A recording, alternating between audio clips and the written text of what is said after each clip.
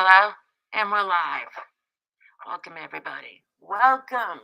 Oh, sorry, I had to push the live stream up again. I didn't, hold on. Let me get to my comments. Any announcements to make tonight? Any birthday celebrations? Celebratory divorces? Birth of a grandson, granddaughter, daughter, son, puppies, kittens. Lisa, hello. Deb on the move. Hello out there, Frilly Farmhouse. Haven't forgotten about you. Deb on the move. Did I already say you? Lisa. Little Laura, I love you too. Little Laura, happy dance. My OG. Okay, we're waiting for Lee to get in here. It's a special guest tonight. We're gonna I'm talking into a bullhorn. All right, any birthdays? Any birthdays today?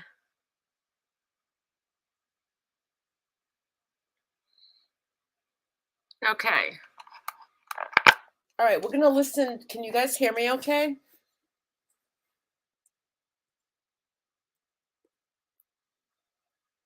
I had to go out today and get tested for COVID, or just get tested. I am back to work in 3 days. 3 days. So I have to have a negative COVID test. I'm excited about going back to work and being around human beings. And the winter is coming, and we're getting snow Wednesday. We're getting snow Wednesday, so it'll be a nice change. Yes, what?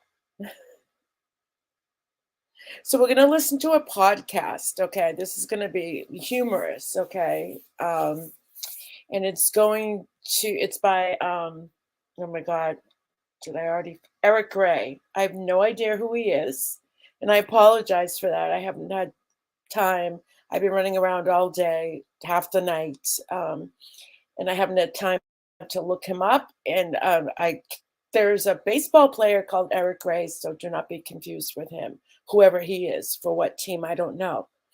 But this is on baby boomers versus Generation X versus the Millennials. And I think you'll find it quite relatable, whether you're a baby boomer, Generation X, or millennium. And it is, don't take, if you're a millennium or Generation X, just try to have a sense of humor. I laughed listening. I listened to it on the way home this evening, and it was quite entertainment. It's about 18 minutes long. Okay, we'll wait a few more minutes to get Lee in here. Lee. Oh, I should have pinned it to the top. Oh, maybe I can. Oh, no, I can't. Can I?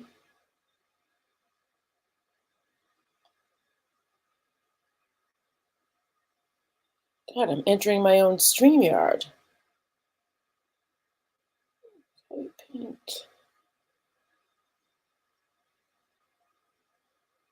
Oh, there we go. Okay, pin message. All right, so the link is at the top.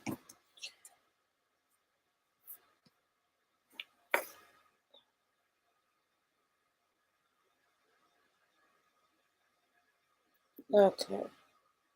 All right, let me just text Lee. Lee.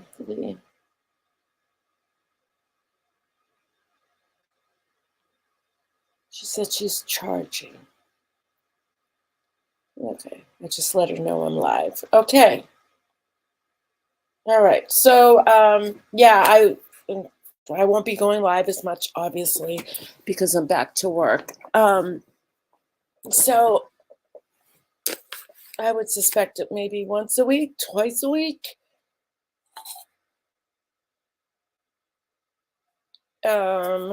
I can't give you days. I don't even know. I mean, I have a schedule. But again, I'll probably be picking up extra shifts too. They're still very short of staff. But it was nice because I stopped by there today, um, just to catch up on a lot of things that I need to catch up before I get back on the unit. And they had a nice lunch there for me and like a little welcome back party. It was really nice. It was really nice. So it made it easier just to know, I'm going back to, a lot of good people, and surrounding myself with a lot of good people at work. Hey Lee, how are you? Lee, I pinned the link at the top, okay? And I don't know if you heard me. I'm gonna play a podcast on. I almost wanted to play a podcast on Governor DeSantis from Florida and how he handled it. And it's funny. It's sarcastic. It's a hit toward the governor, who I heard didn't he win re-election. Um, his solution, for the immigrants to ship them over from Florida to Martha's Vineyard in Massachusetts, and how that didn't go very well. Very interesting podcast. And it's the podcast to this one is in the link, but it'll bring you to his page. And he's quite entertaining. Okay. Okay. All right. Let me get to the podcast. And he's got a nice voice. I don't, to me, he does. He has a deep voice, deep, sexy voice. Okay. Okay. I'll be right in. All right. I think Lee, are you taking the link now? Because I'll wait and then I'll play it.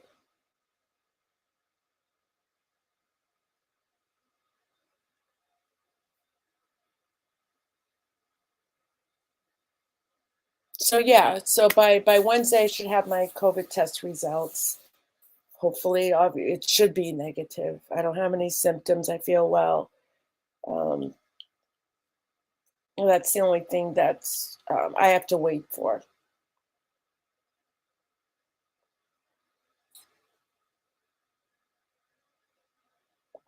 But I know the hospitals are pretty filled with RSV. Hello. Hello, my dear. I'm here, ready for your podcast. Welcome. We are Lee.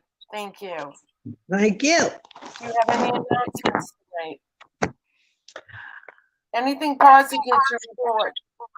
It was a beautiful day. Yeah, it sucked here. It was cold. Cold. We're getting snow Wednesday. Slushy snow. Yeah. Nice. So what podcast are you playing, dear? I didn't quite catch it. Okay, it's by Eric Gray, not to be confused with the baseball player. I have no idea who he is because I literally fell into this on my way home tonight. And I've been out most of the day and I got home, an hour ago? I just haven't had time to look into exactly who he is, if he's an author but he was funny. So it's on baby boomers versus Generation X versus the Millennials. And I think you'll find it entertaining because we can relate to the baby boomers and how. Well, we are baby boomers.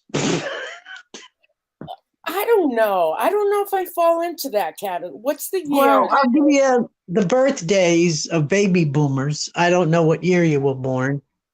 No one's gonna. The year of the baby boomer is 1940, born 1946 to 1964. And what if you were born after that? Generation X, 1965 born to 1984. Millennials, born 1980 to 1999. Do you know what year it was referred to the silent generation? 1928 to 1945. Well, they had a damn good time being silent in the speakeasies, didn't they? Yeah. They were silent because they were behind closed doors getting drunk.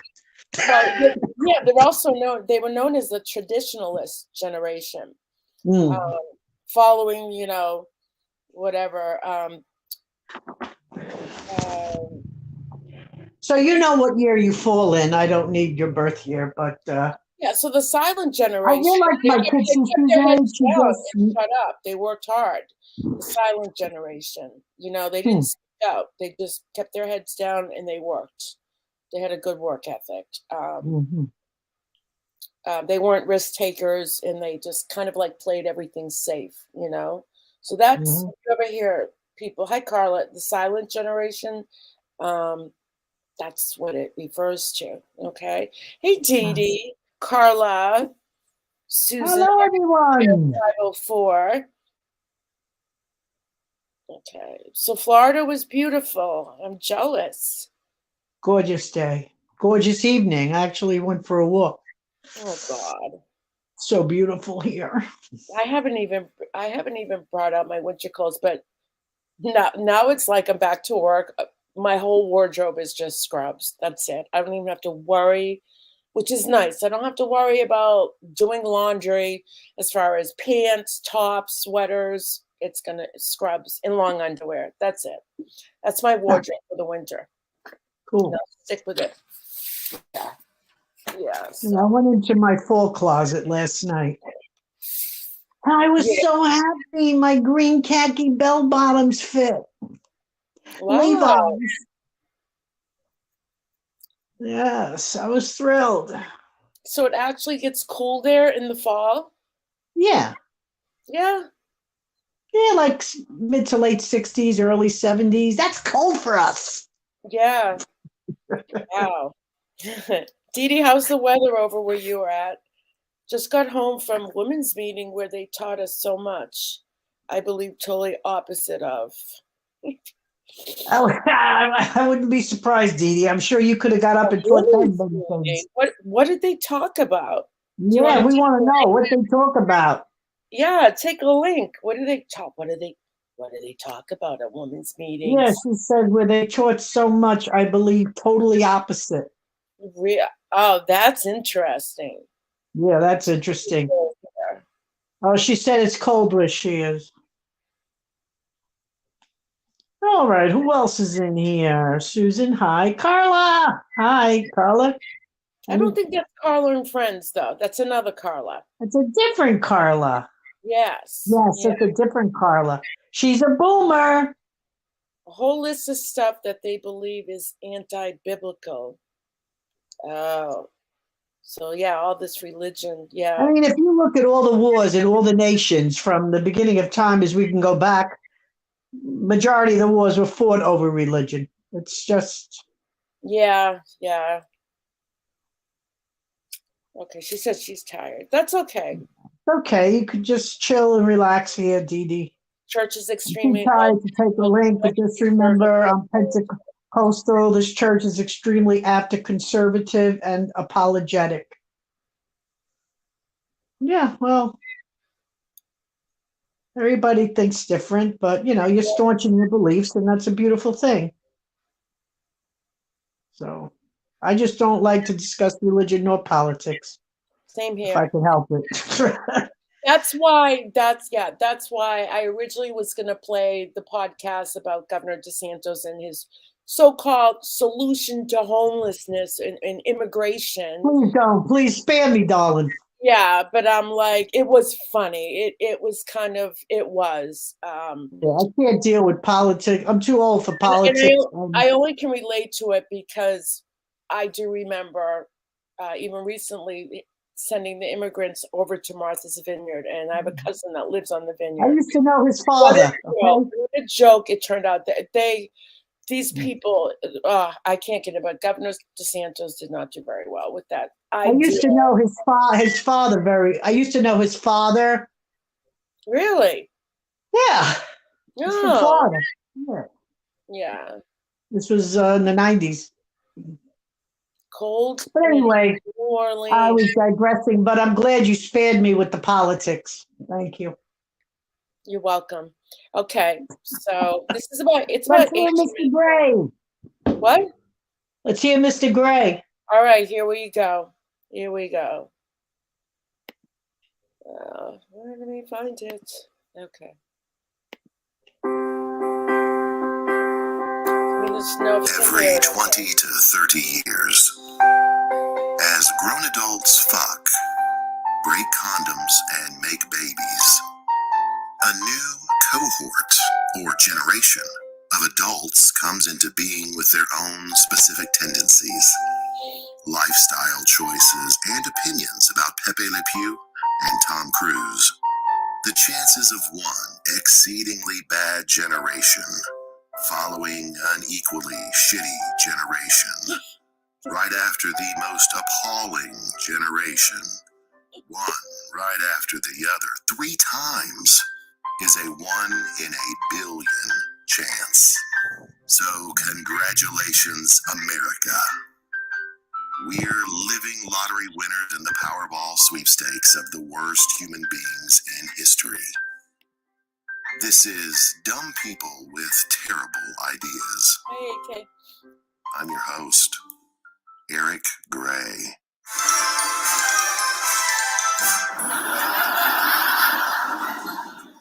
Baby boomers, our lovely can't turn on the iPad peepaws and meemaws. They're the people that really started the ball rolling on this back-to-back-to-back regression in human achievement. Never before had a group of Americans been so blessed as to be able to buy a house on one unskilled worker's salary. They lived in a world where being a taxi driver was a heck of a job. Their formative years spent burning bras and crosses and protesting things both important and stupid resulted in a new breed of millionaires.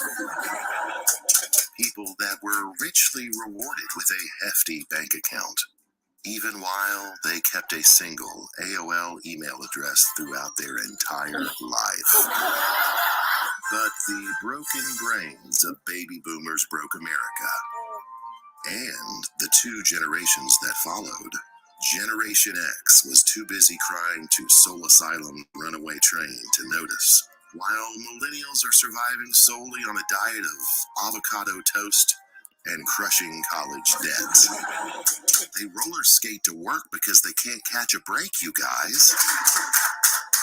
But what makes these 3 generations so especially dumb and especially terrible? Baby boomers are recently retired or approaching retirement. They are gray, old, cranky, and a few of them are only barely racist. Generation X is smack dab in the midlife crisis period. They're probably a boss at work that doesn't dress very well, nor do they have the raspy smoker voice that demands respect. And millennials, born before the turn of the century, are now young adults who still enjoy going to concerts, but now prefer concerts that have chairs.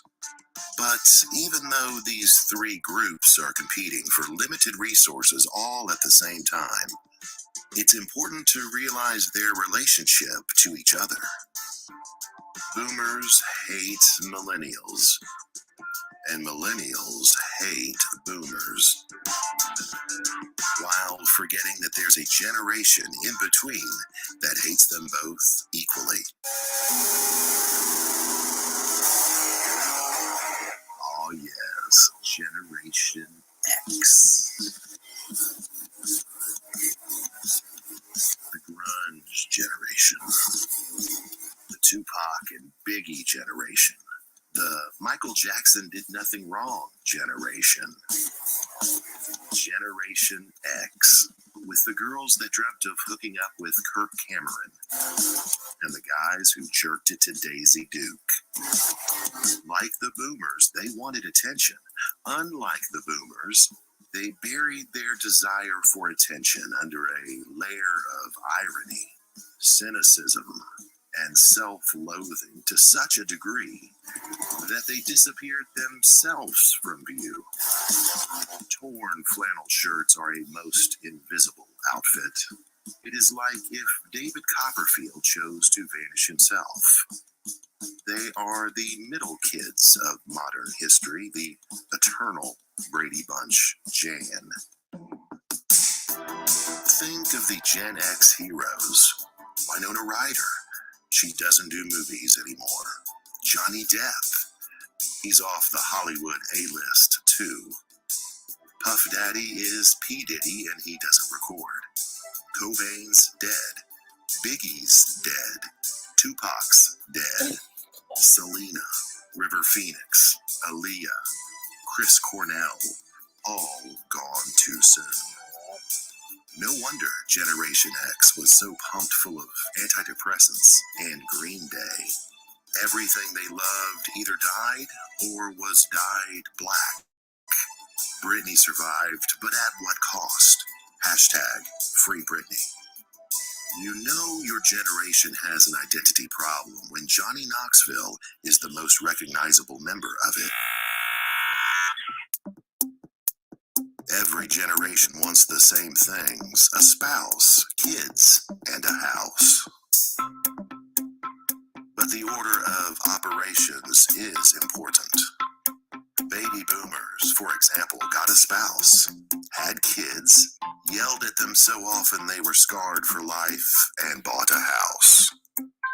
Generation X had the kids first, then they got a spouse and bought a house. Millennials rent the damn house, forgot the spouse and kids thing, yet they watch children's cartoons because they are ironic. Yes, the order of operations is important, as any math teacher or plastic surgeon can attest. Millennials, those cute young ingenues, with their liberal arts degrees and their fondness for social justice, and their insistence that kombucha tastes good. When it comes to culture, millennials have a fondness for Shrek and Saw and Superbad, and any small child that has access to his own YouTube channel. Justin Bieber, Rebecca Black, that Chocolate Rain dude. Millennials are the first social media generation. They have no money, yet have diversified investments in Venmo, PayPal, Cash App, and the Domino's pizza tracker. They strut around like they rent the place, blaming boomers for everything that ever happened. And despite their participation trophy black belt in bullshit, they're right.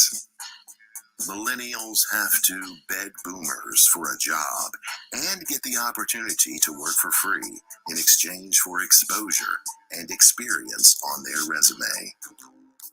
Millennials, they mock boomers for being technologically deficient, although they themselves can't write in cursive.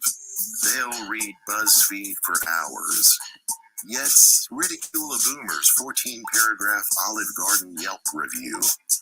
Millennials and baby boomers both love the spotlight, yet one is broke and one runs the world.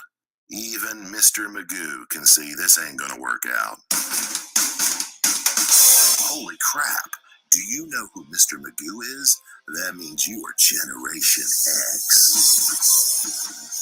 Stuck smack dab between these two dumb and dumber idiots. And your generation is the smallest of all of them.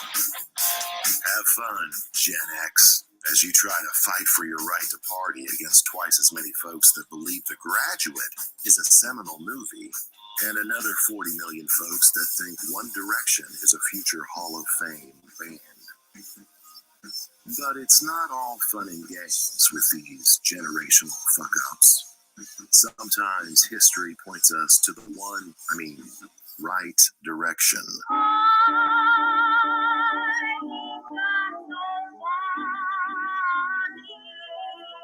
The silent generation, born over a century ago, was known for its stoicness among the worst that the world had to give.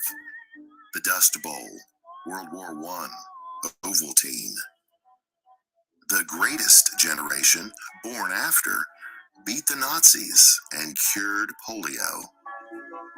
This was a tremendous leap forward in competence for the human race. For decades, Americans demonstrated that they were wise and willing to sacrifice their own desires for the greatness of humankind, both here and abroad. And then they had stupid children.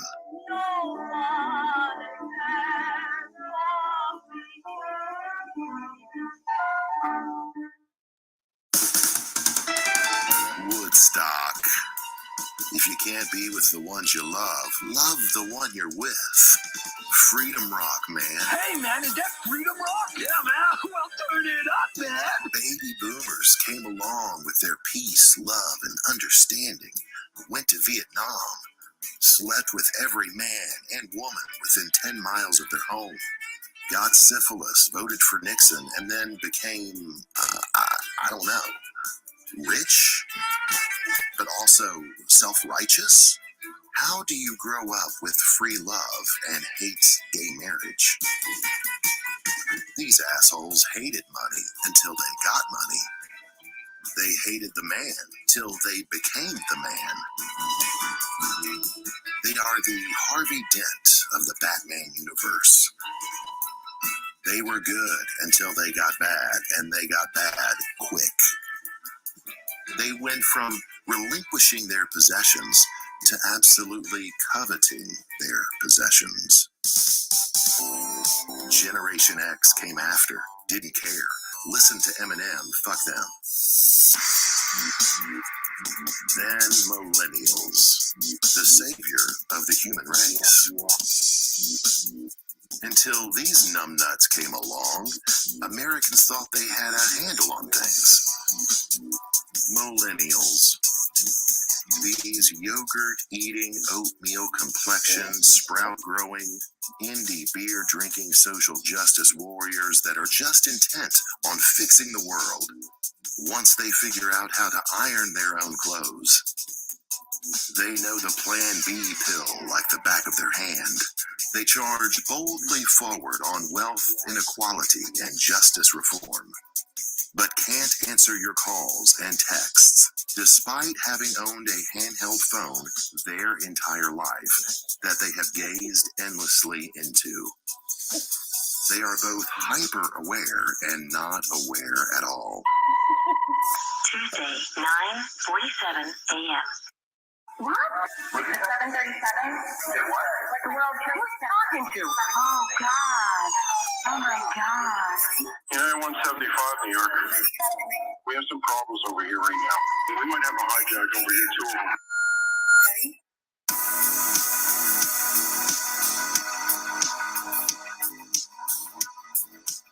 When evil flew planes into buildings, it was the most devastating terrorist attack in our nation's history. United 93, that traffic speed is 1 o'clock, 12 miles east on 370. Our baby boomer president immediately began a war on terror. United 93, have you got information on that yet? Yeah, he's down. He's down? Yes. When did he land? He did not land. Oh, he's down? Yeah, somewhere up northeast of Camp David. That lasted for decades, with overwhelming support from patriotic Americans and Dennis Rodman. This terrible event left scars on this nation. But to young millennials, this was their most defining moment. So both towers are now. The tragedies that human beings are capable of became very clear to them at an age much, much too young. This terrorism, combined with Justin Timberlake feeling up Janet Jackson on national TV, left mental scars. As they matured, they developed a keen sense of right versus wrong, moral versus immoral, fetch versus not fetch. This is the event to remember when we talk about millennials, their driving principle, all happening when they were too young to truly get what was happening. Even though they understood that mommy and daddy were crying, and big buildings were on fire and collapsing, and perhaps their older brother or sister or themselves might soon leave for Afghanistan and never, ever come back. Gen X was defined by a new TV channel that played music on TV. This, and finding out that sea monkeys sucked, was this generation's defining moment. No wonder they all loved Zima. Useless, the whole lot of them.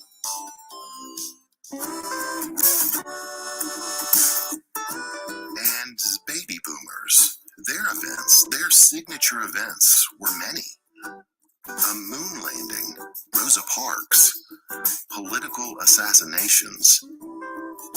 All of these had a 9/11 type impact at the time, yet these events happened all the time.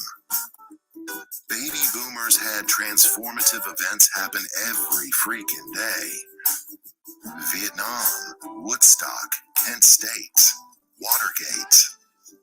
Every day was Christmas, and under the tree you'd either find the best thing or the absolute worst thing.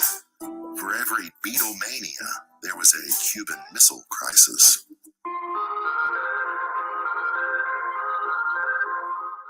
This 1 in a billion coagulation of baby boomers, Generation X, and Millennials have created an America that is much different than the ones they grew up in. Boomers are efficient at implementing bad ideas. Generation X is efficient at having no ideas. And millennials have great ideas but can't do jack squat. It's created a crueler America, a poorer America, an America with a spiraling debt crisis and homeless veterans and people using GoFundMe as a health insurance plan. It's an America where necks are kneeled upon on camera, and society argues whether that's a bad thing or not. Things can change. It's a given that they will. So go out and have some babies, y'all. America desperately needs new faces to lay our hopes and dreams upon.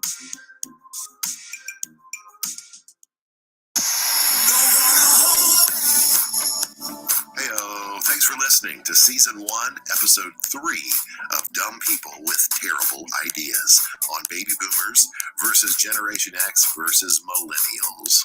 This podcast is produced and performed by Eric Gray. For other episodes, other seasons, and to contact me directly for writing, voiceover, or whatever, check out the website at ericexplains.com. That's Eric, ERIC, explains.com. Hey, and if you like the episode, please review it, share it on social media, and subscribe for future episodes. Review, share, and subscribe. It's important. And thank you so much. What you guys think? Oh my God, I love this. What do guy. I think? I'm glad it's over. No, I'm kidding. seriously. See, I think he was pretty spot on quite a few things. yeah. I mean, you know, he's approaching it with, you know, a comedy. I mean, come on, Lee. Like, Oh no, I was teasing you. I think he was spot on a lot of stuff. yeah, yeah. So yeah, especially if you're a baby boomer, you can relate. And yes, I That's hate it. text. Yeah. What gets me the most is texting. And someone mentioned that you know, was it you, Black Eagle, that your own kid texts from upstairs? Same here, or from the same room. It's like, Like excuse when me. I go to my son's house, don't forget, I have my son, his wife, 3 children. They're all texting in the house. The house is full of company. It's a holiday, and they're all talking to it. It's just nuts. Yeah. And they Yeah. think that we don't know. They think the company, especially me, grandma, the mother, I don't know. Shut the Yeah. phones off.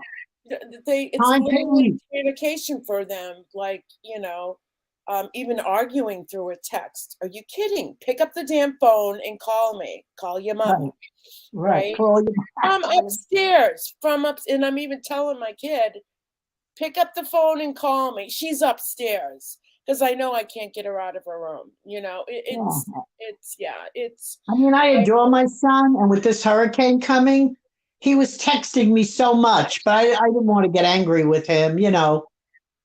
But every mom, are you okay? Mom, do you have electric? Mom, should I pick you up? Mom, I think I should pick you up. Mom, do you want me to come over? Maybe we should. I mean, this was just wouldn't stop, and I was like, ah.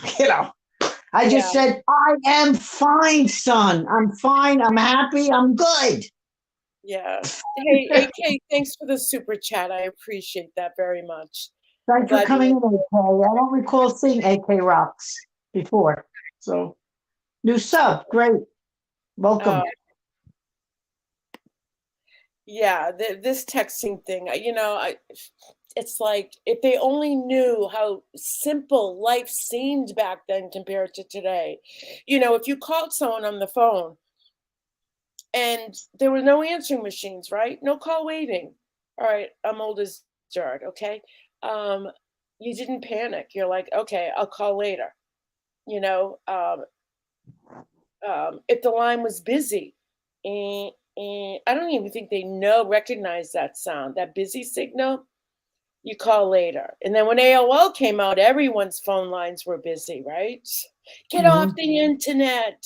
People in AOL chat rooms, picking up the discs from the convenience stores, 1 month free, and then you got the people who would try to beat the system and get another disc the next month and start a new account. So they never had to pay for AOL, but they got smart eventually. AOL did, and somehow Well, prevent. they weren't smart enough for me. Yeah, busy signals are the They devil. weren't smart enough for me. That's all I could say. You remember dial-up internet? That noise. Yeah. So, and when I was in college, I remember they were offering computer classes, and people were like, "Why would you do that?" As even elective, if you wanted to take a computer class. And computers back then were the size of a refrigerator. I I mean, remember once I thought this was great. I found a computer. Oh, God, this was too long ago for anyone to remember. And I found a computer at a garage sale. And so this must have been, I don't know, really a long time ago. I think it was like when computers first came out, but before they were really got better. I think the first computers was IBM, right?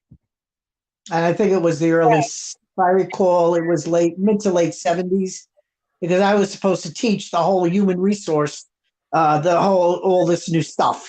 So, but anyway, nobody had, excuse me, hold on.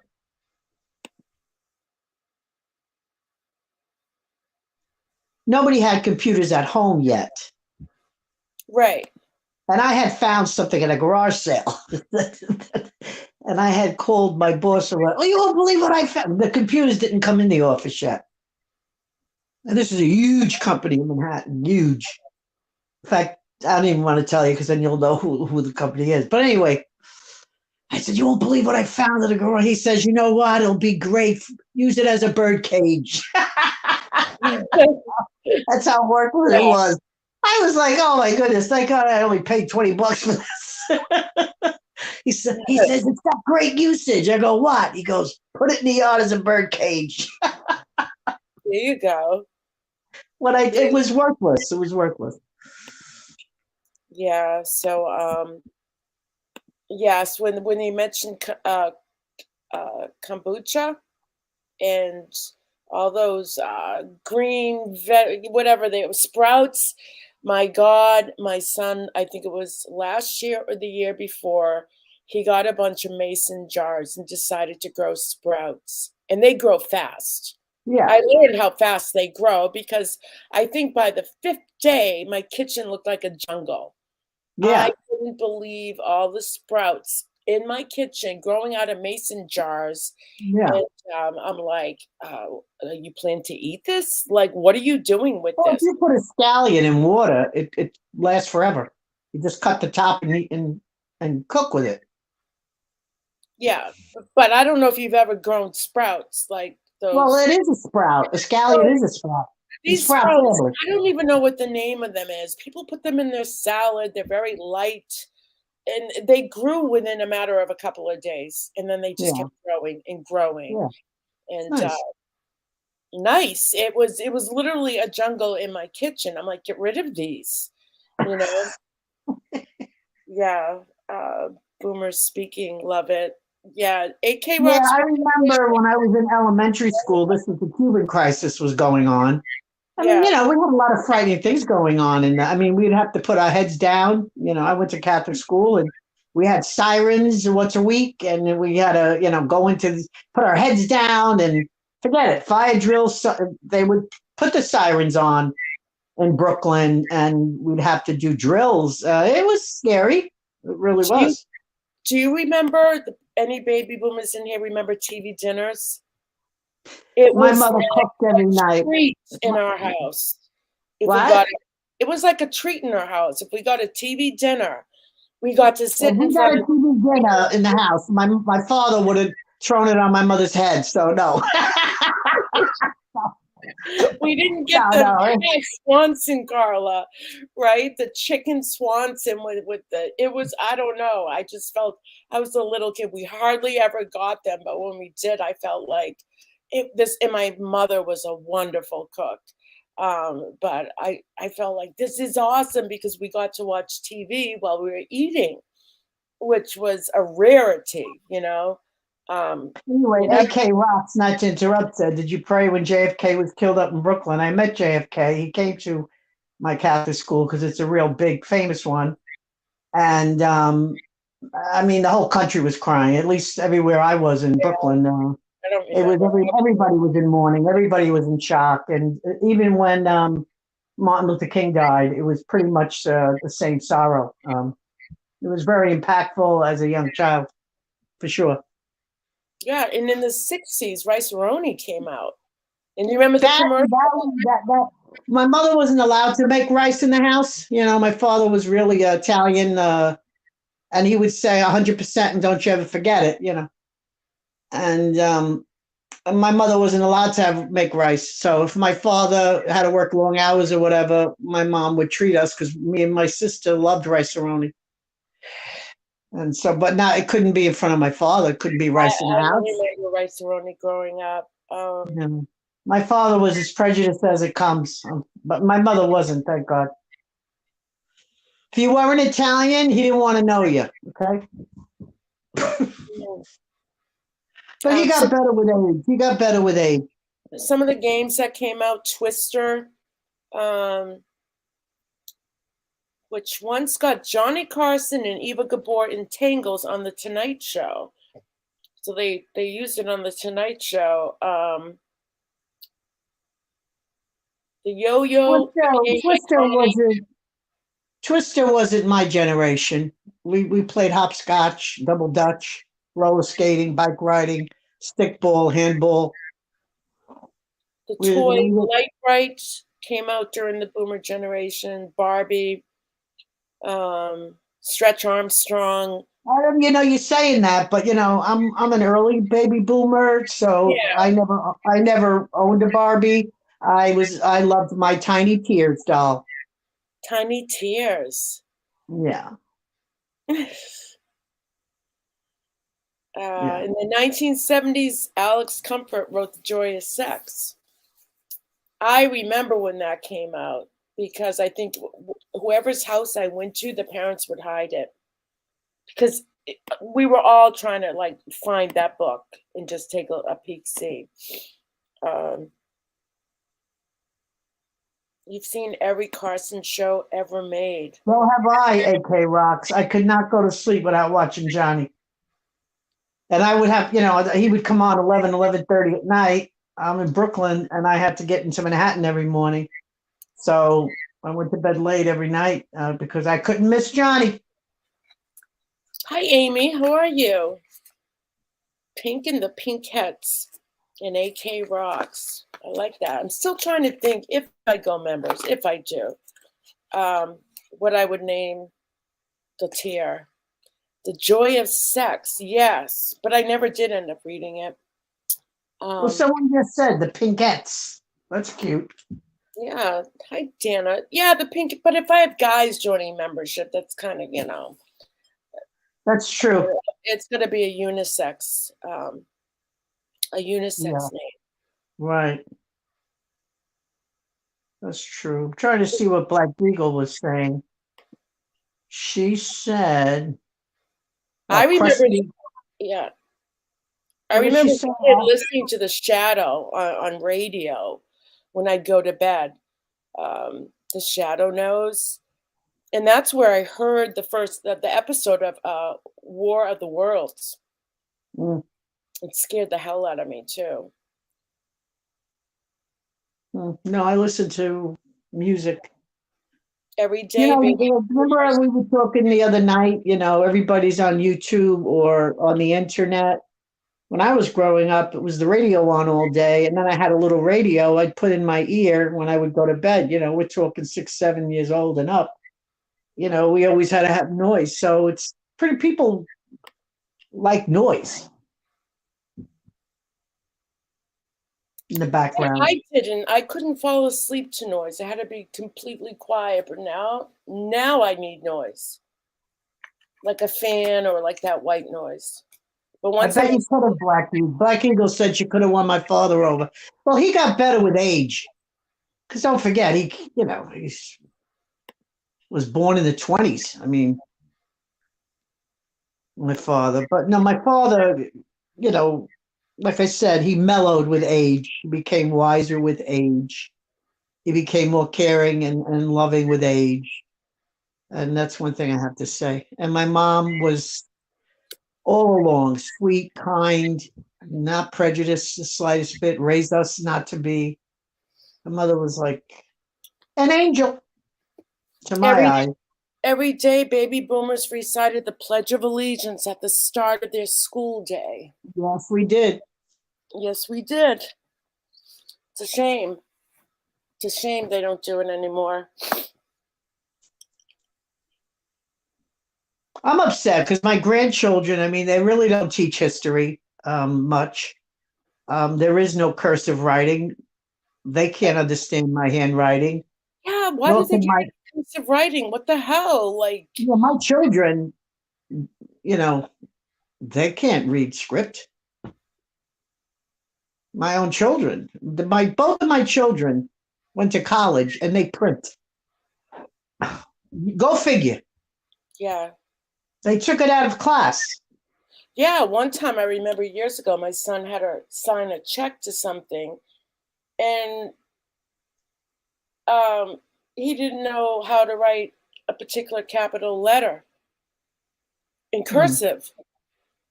It's funny because my daughter's husband is French. Of course, he speaks both languages and no accent with his English that I can detect. And he does write.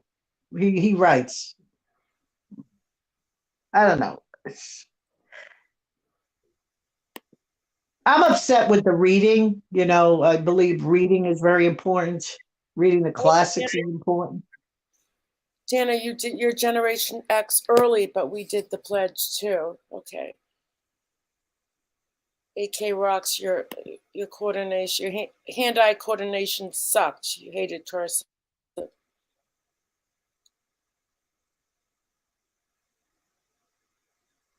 And not only that, what do you call, script? The English script, when you see things written and you have to use the pen at a 45-degree angle.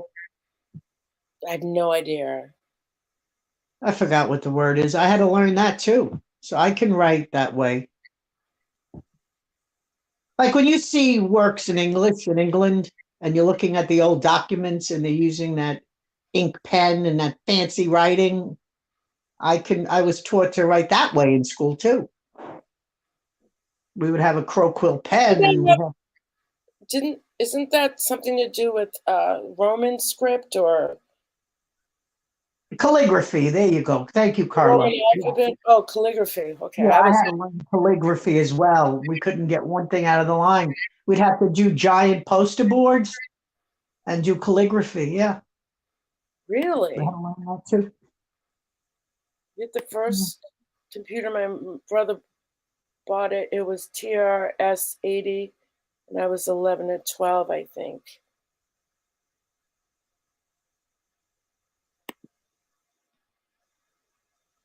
Dana No. Leslie, 24. We had our first computer. My brother bought it. It was a TRS 80 and was 11 to 12, I think. Oh, I was 11 or 12, I think. It was probably a Tyrannus Rex by today's standards.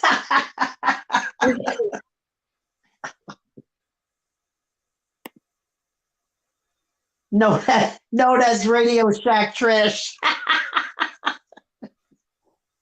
Oh, I love people with a sense of humor. Yes, dictionary and thesauruses are obsolete, Black Eagle, and it's fun. My grandson is just started high school, and I gave him a college level giant thesaurus, which I used, and I gave it to him. Oh, that was nice. And my son, Go ahead. my son said, "What? Why are you giving? Why are you giving him this?"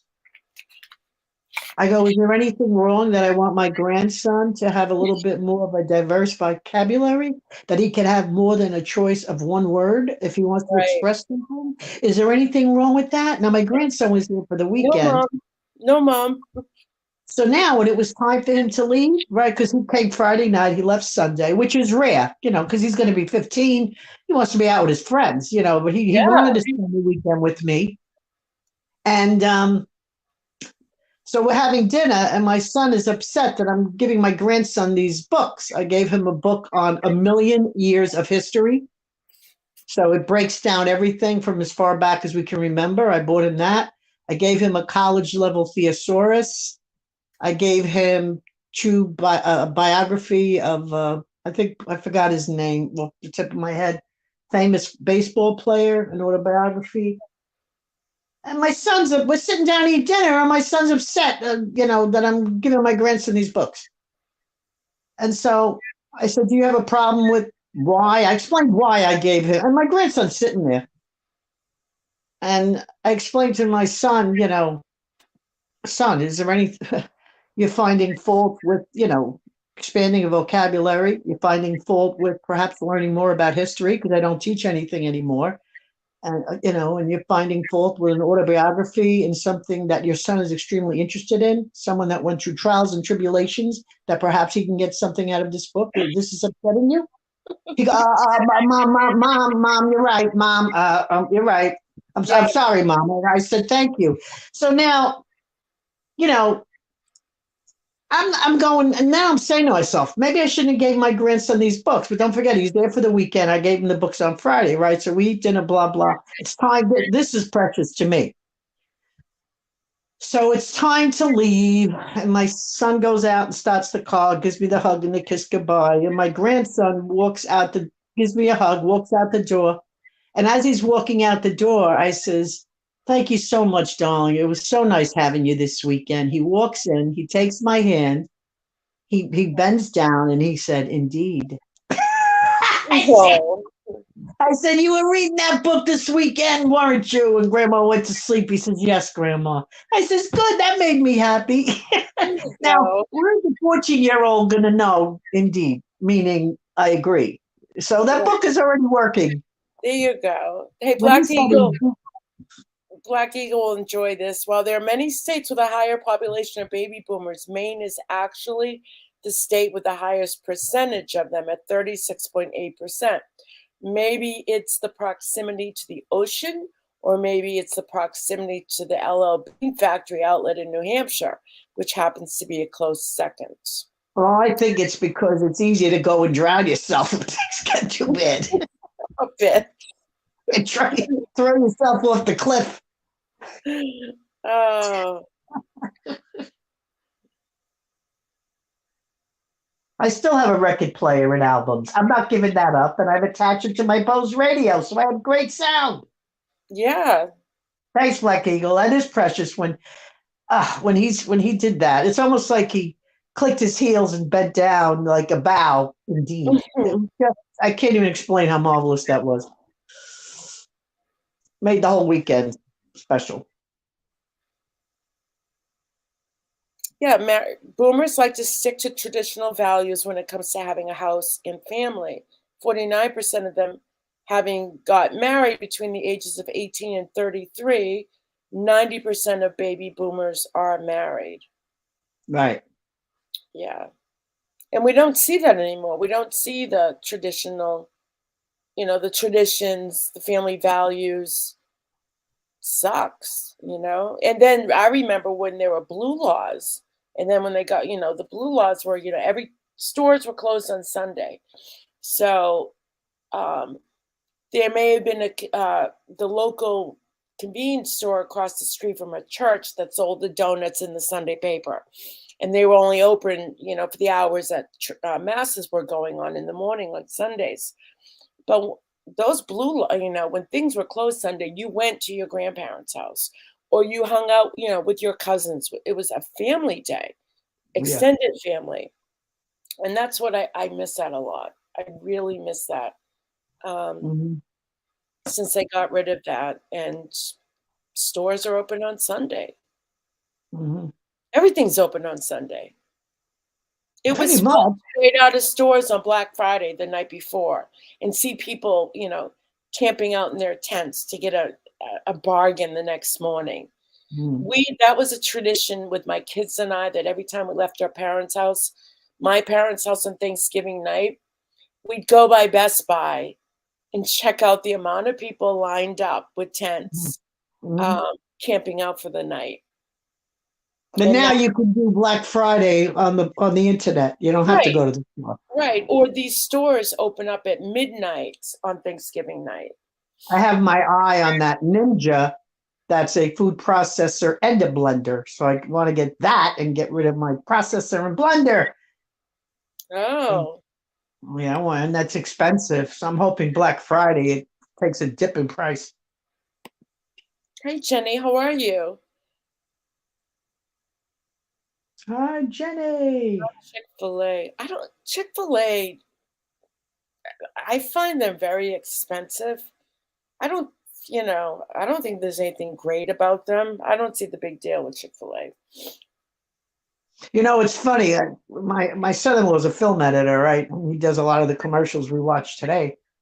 So he does a lot of work remotely, or he has to fly here or there and film whatever. And so he was doing. I was at visiting my daughter, and he was doing the new Chick-fil-A commercial. He was working on, and I go, "Wow, that sandwich looks great." And he goes, "Well, it's not as great as it looks." I go, Right? They so never. I go to buy it, and it was. I'm sorry, it was not. I don't eat fast food. It's like once a year, I maybe. don't either. Yeah, it's nasty. You But know, not.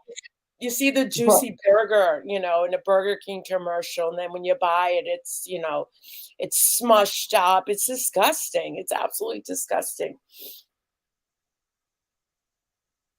yeah, but no, I didn't. I didn't enjoy it. But I wanted to try it. The picture looks so good. Well, that's marketing. That's marketing for you. Right.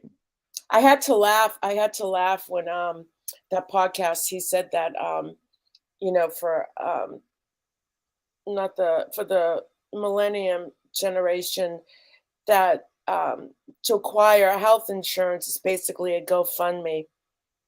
I I really think the millennials, most, we see that on the internet too, yeah, no, right? I really believe most Both millennials people think they're going to be young, think they're going to be young forever. yeah. You know, they're here they're not really thinking of the future.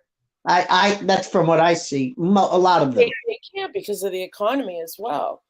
Baby boomers, had that opportunity to save money, but not Hmm. now. And you see a lot of people. Like I often wonder if we didn't have the internet, and you see people, online, I can't pay my bill. I can't be do that. And it's like, I often wonder, like, what would you do if the internet didn't exist? You'd find a way. There's always a way, you know? There's always a job. If people want to Yeah, work, there's always a job. If you have to clean toilets at Walmart, you do it if you need money. There should be no pride in making a buck exactly. Good work as, ethic. as opposed to hoovering, you know.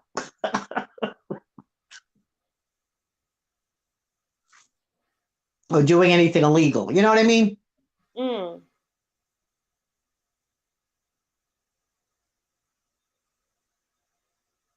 With only 78% of boomers online, somehow 82% of them have at least one social media account.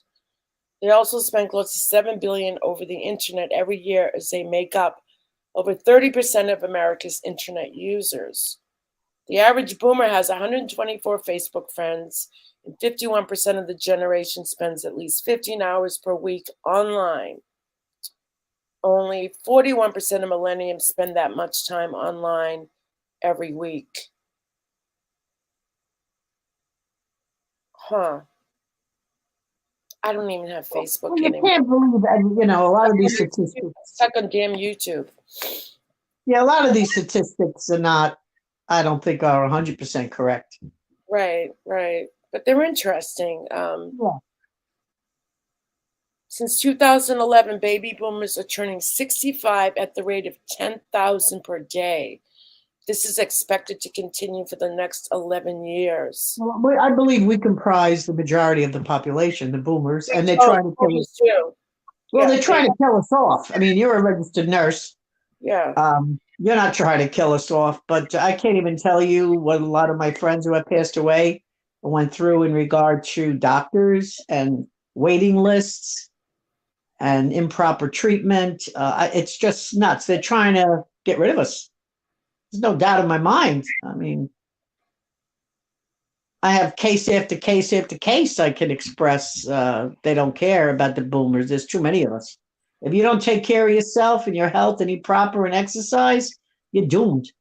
Mm, I know. And it's, there's just, see, I don't know that even in the hospitals, patients just seem so young, much younger than I used to, Well, the honey, age. the reason for that is they Yeah. don't. The reason for that is they eat junk. Yeah. They're fed. They're the fast fooders. They're the ones that are buying the fried chicken. They're the ones that are ordering pizza 2, 3 times a week for their kids. That's That is, why. yeah, that is They're true. not going to. The millennials, majority of them, are not going to have the longevity of the boomers. That's my opinion only. No, that's true. That's true. Especially, since the pandemic, people have gotten into the habit of DoorDash, not cooking anymore, just ordering because it gets delivered right to your. I thought drive-throughs were, being lazy, Yeah, you're in. You don't know if somebody spit in it. and now we got DoorDash, but you don't even have to get up and go walk to your car to the drive-through. Just order DoorDash. Oh my God, do you remember? Any of you guys remember? You remember Analyzer, right? There was a guy that used to hang out with her. He was in my channel for a while too. Howie Cat. He worked like, I don't know if it was called DoorDash. It was one of those services where he delivered food. He admitted that he would open up the bags and take like French fries and stuff. I was like, I was just like, that is so nasty. That is so, like, I will never order food to my house again, ever. I cook almost every single night. Tonight I made jasmine rice with peas, some shrimp with lime and pineapple. Oh, that sounds I good. make myself a lovely dinner every night because I deserve it. Yeah, isn't you know what I like too is saffron rice. I like that too, but it's too much sodium, Pink. Yeah. So what I do is if I do make that, I only use half the packet of seasoning.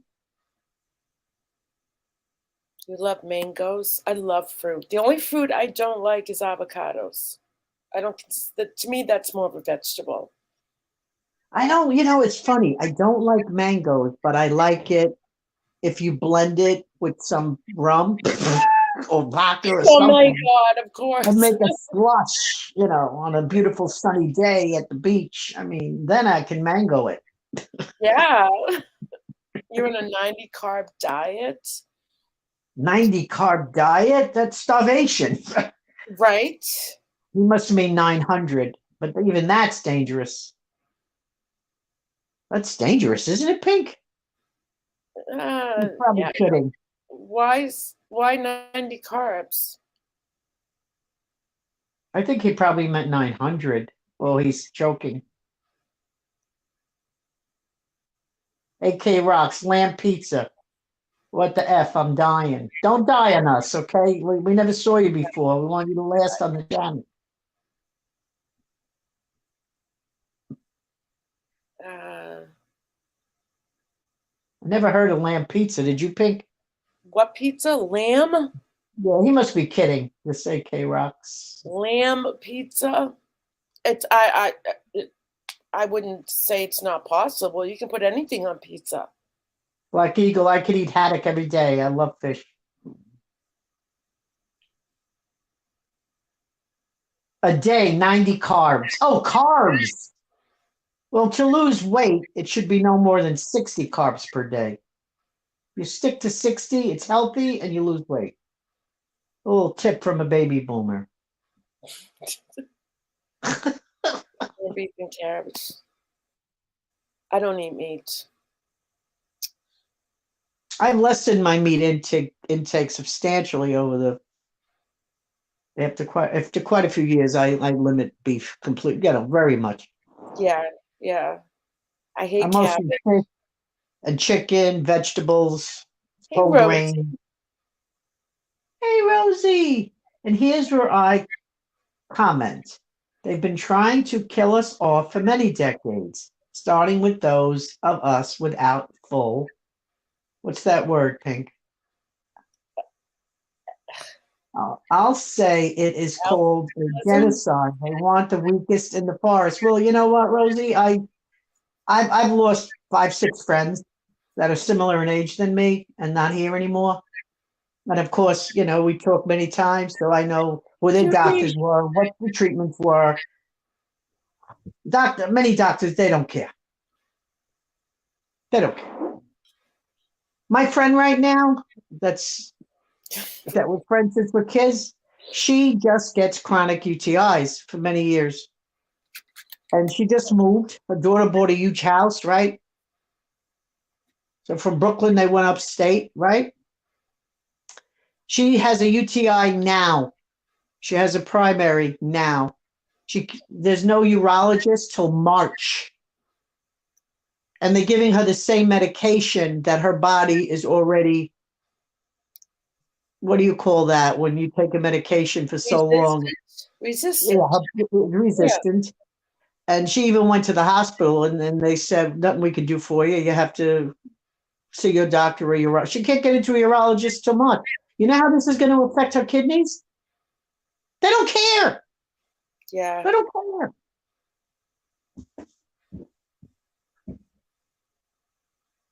Yeah, March? because when my son was having difficulty with his eye, how I explained that, he's blind in one eye. He was born that way with an immature optic nerve, partial retina that detaches, attaches, detaches, attaches.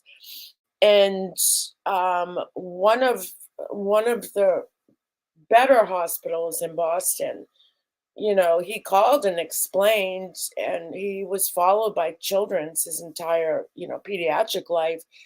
They said, and this is like considered an emergency because he was getting severe headaches. And we weren't sure if he was going to lose that eye. And they told him February.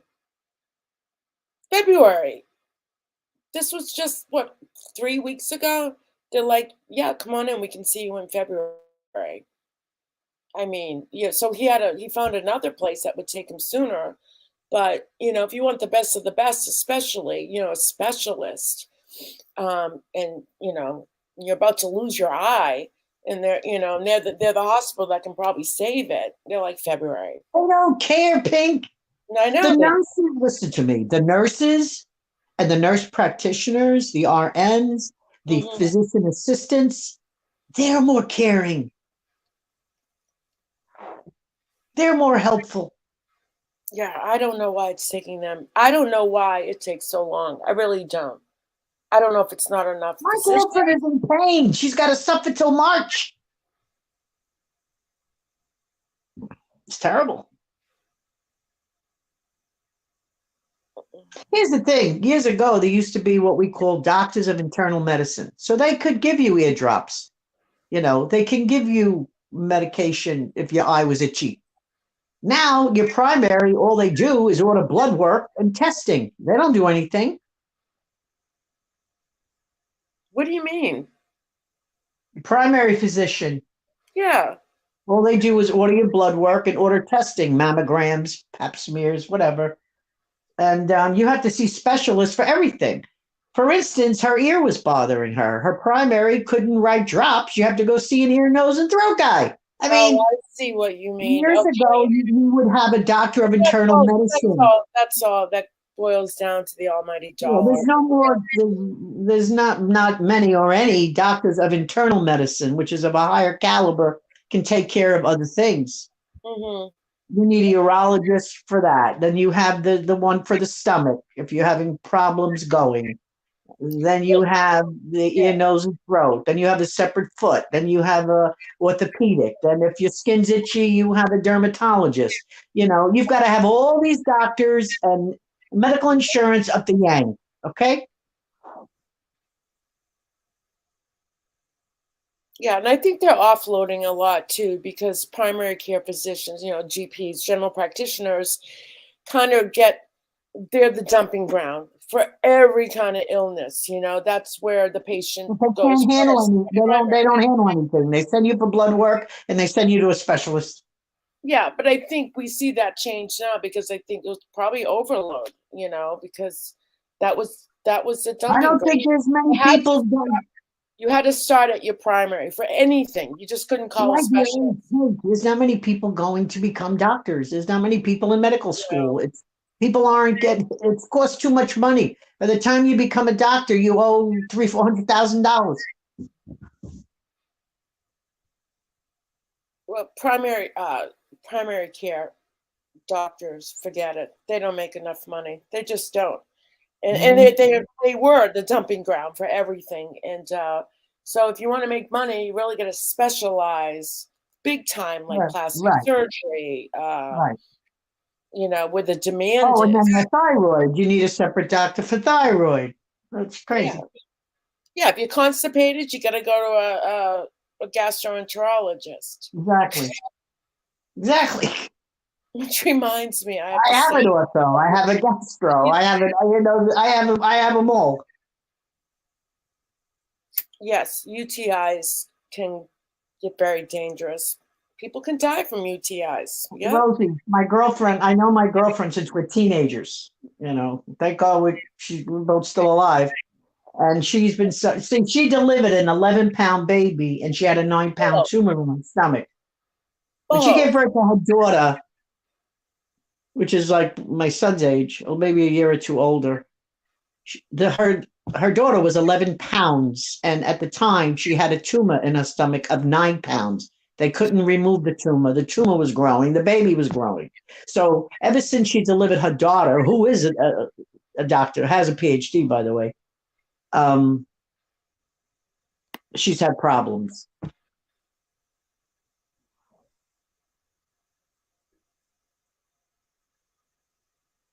Yeah, make sure she gets treated. She's always at the doctor. The medication's not working. She just left an area she lived in her whole life.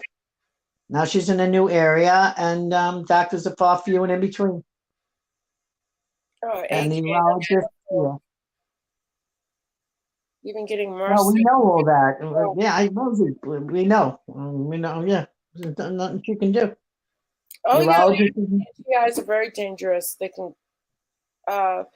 Well aware of all that. into your kidneys, which develops a kidney infection. And if that's not treated, then it goes into Listen, your here's blood. what my girlfriend said to me. Lee, I'm going to die soon. It's obvious. No kidding. Oh, it's going to be somewhere she can go.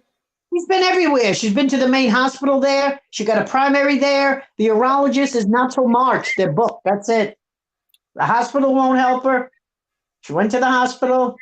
It is what it is. And this is, I'm a little upset right now because I'm thinking of the friends that I have lost for the same reasons, or the doctors are maybe a 2-hour drive. Here's the whole thing. I will advise anyone, don't get on an Advantage plan when you hit 65 because you'll definitely die sooner. Just stick with and when you're 65, you have to go on Medicare. If not, you get a huge penalty.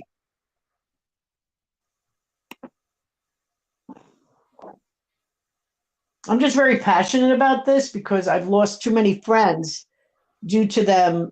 They were dutiful in taking care of themselves and going to physicians, but it's the long waits, the improper care. It's just terrible, Pink. Yeah, in these specialty visits, yeah, the co-payments are expensive. Like if But I here's go another thing. to a Wait a minute. specialist, it costs me $50. I remember having a UTI that wasn't that actually one doctor wouldn't treat because the dip was negative, and they sent it to the lab and it says no growth. And I'm like, no, I know, no, there was growth, but there was something else going on. Like the culture and sensitivity, the latter part of the urine test showed negative, and your body. And then they're like, well, we'll send you to a specialist. And I saw a kidney nurse practitioner, and she was like, you know what? I'm just going to treat you for a UTI. And she did, right? And my everything went away. Everything went away. I was perfectly fine. Okay, so I'm correct. I get a call a month later from that office saying that the doctor there has ordered me a CAT scan of my kidneys just to make sure nothing else is going on. Money.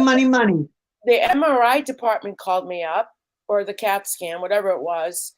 My copay, my out-of-pocket costs would have cost almost $500. And I said, no way. I'll take a picture of my own kidney and send it to you. I'll text it to you. But here you go. You concurred what I just said. The nurse practitioner was helpful to you, not the doctor. Right. And then later on, and I said to the secretary, who ordered this CAT scan for my kidneys? The doctor, who never saw me, saw me. It's a money game. It's a money game. Yeah. It's I'm trying to back. Hey, Judith Elizabeth, the prettiest name on YouTube. Hi, Elizabeth. Good to see you. I know you said you've been working a lot. I'm going back to work. Next year is going to be a very busy year for me, so I'm not going to be around that much. Oh. I'll be around, but not as much. It's going to be an early to bed and early to rise kind of thing for quite some time. You're welcome, Judith. But Rosie concurs what I'm saying.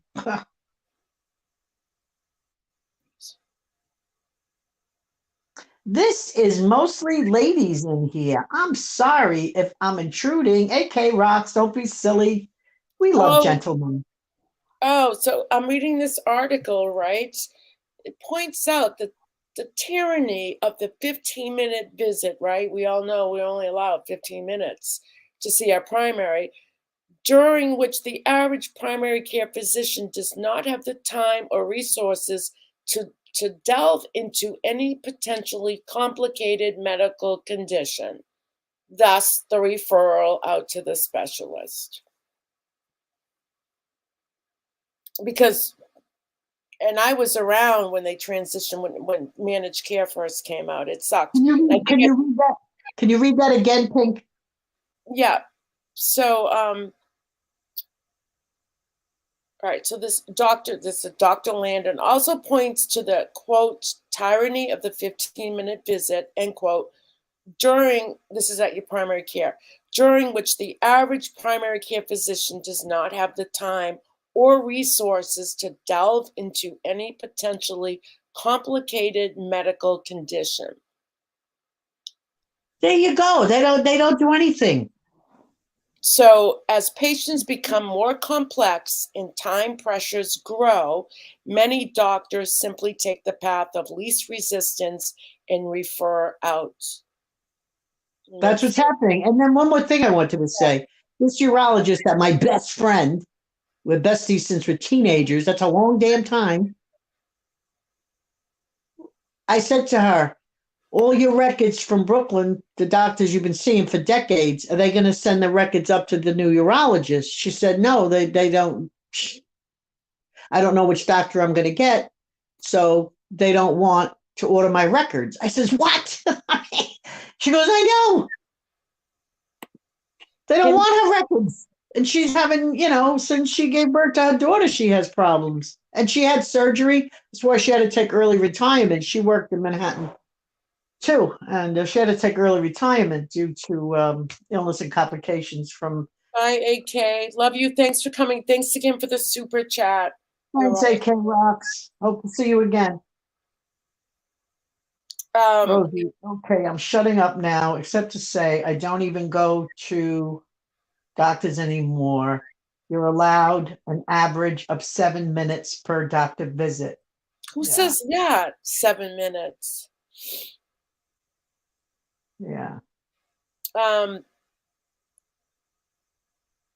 There's a lot of pressure because I've been in the field for a long time, and the 15-minute visits, and also they're double booking those. They're double booking, triple, and what they're doing is a lot of places now, if you're a primary care physician, they're paying you based on your productivity. So in other words, you don't get like a flat salary.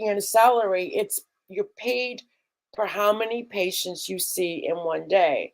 So the more patients you see, the more money you make. But if you have empty spots on your appointment list, you actually lose money. And I had a job at one time and I hated it because when patients would get out of the hospital, they'd have to follow up with their physician, right? 1 to 2 weeks post-hospitalization after their discharge to follow up with their primary.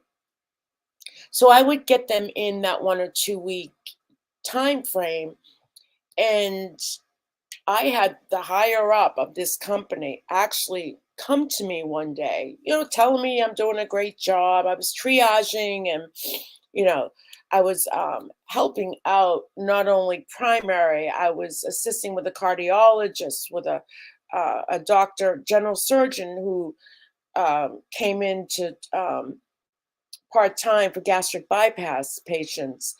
And I ran a Coumadin clinic. I mean, I was doing everything by myself. And he says to me, just to let you know, when you call patients after they're out of the hospital, you want them in the first week. And I said, but they have up to 2 weeks.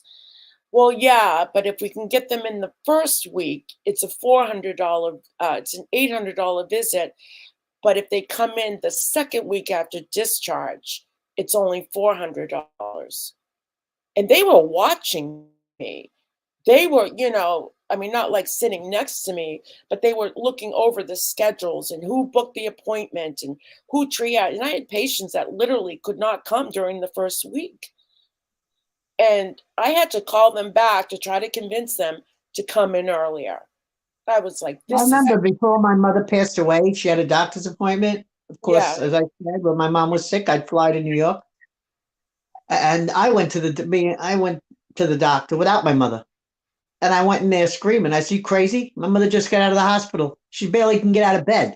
And you expected my mother to be here? I'm here in my mother's place. If anything, you should have kept her in the hospital longer. Yeah. And I don't want to see a bill. And my sister was with me. And my mother lived with my sister in this huge house, and my sister was pissed. We had an argument out in the parking lot. I said, "You think I flew all the way up here to shut my mouth?" Okay, Lee, I hear you. All right, let's go home. Yeah, let's go home and check on mom. I had to just throw my 2 cents in. I mean, that was crazy. My mother had a doctor's appointment, couldn't even get out of bed. I just dropped AK Rock's channel. Cool. Everyone subscribe. What's his channel about? What does it say? What's it about? Uploads random stuff, using this as a starting point for launching an official hoperocks.org channel. All right. It's nice you dropped his link. Yeah, it's a little bit of everything. Right. Yeah, I'm definitely subscribed.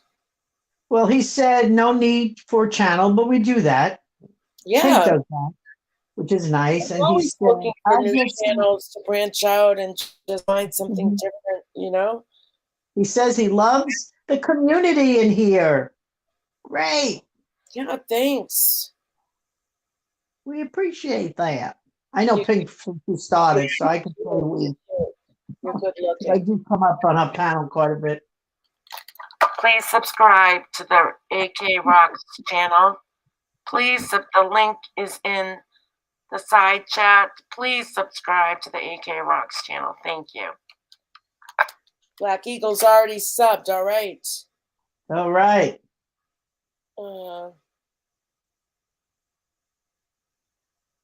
Okay, Rosie says my payout of pocket practice charge is $220.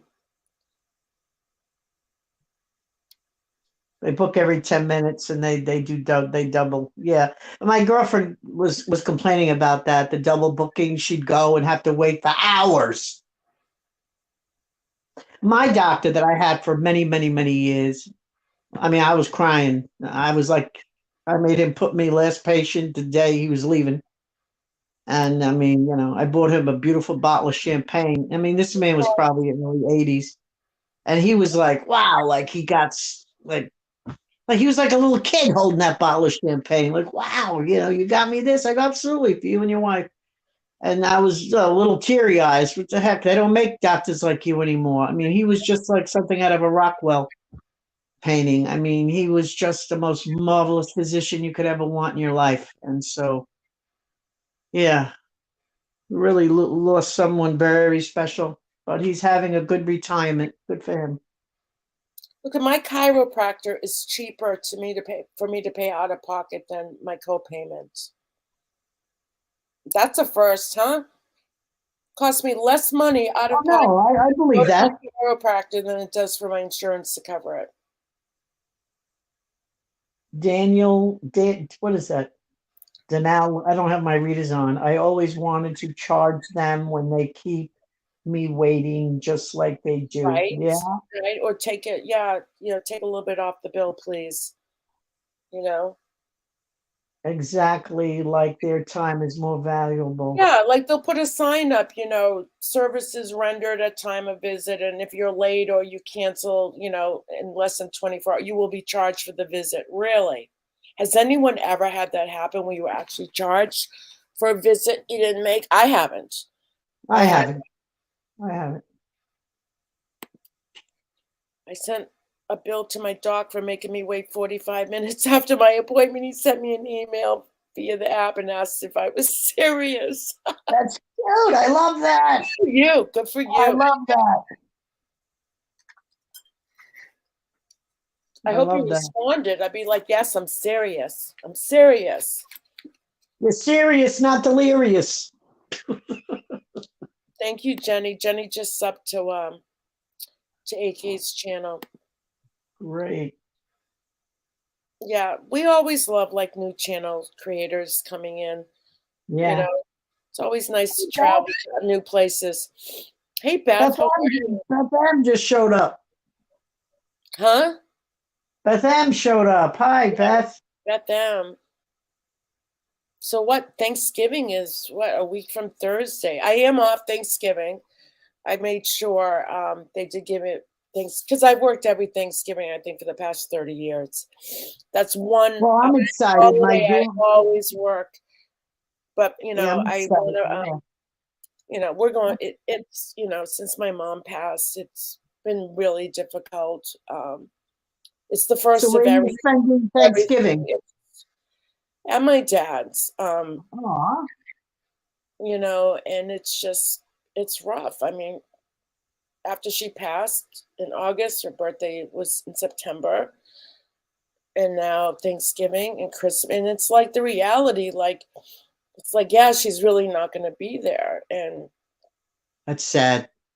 that's why I say, I need to get back to work. And I knew I was going back to work, but Yeah, especially during this time, I don't want to hang around. I got to keep busy. And I'm concerned for my dad too, but he's encouraging me, get back to work, get back to work. And I'm like, this all is right, going to as be the long as first you're okay, holiday. huh? It's the first holidays without your mom.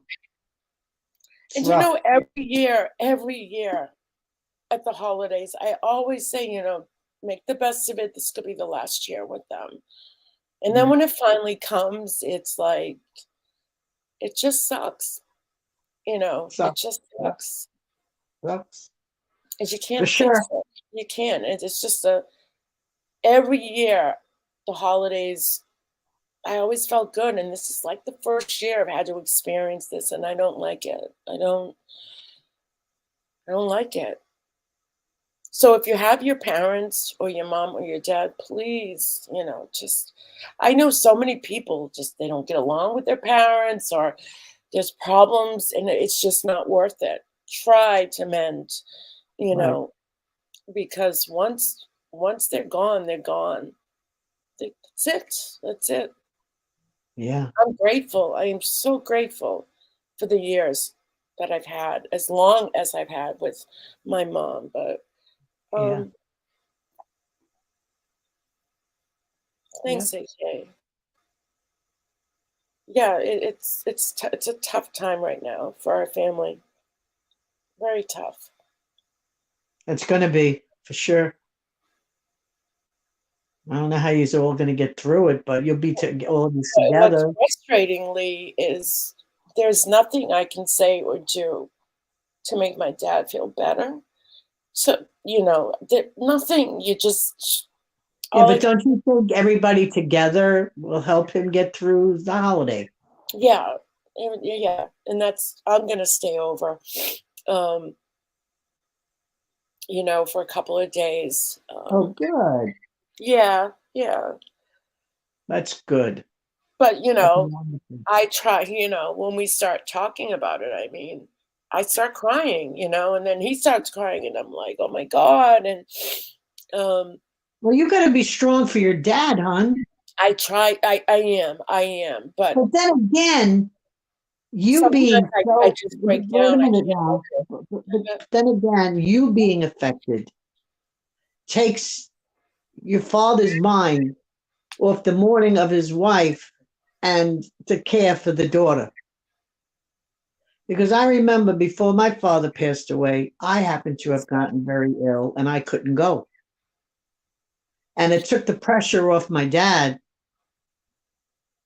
caring about me. I know it sounds crazy. I don't know if anyone understands the logic here, but you being like, crying and not being able to deal with it will make your father stronger to deal with it. So, because he's going to try and comfort his daughter. Am I making sense? Yeah. So it's okay if you go and you cry.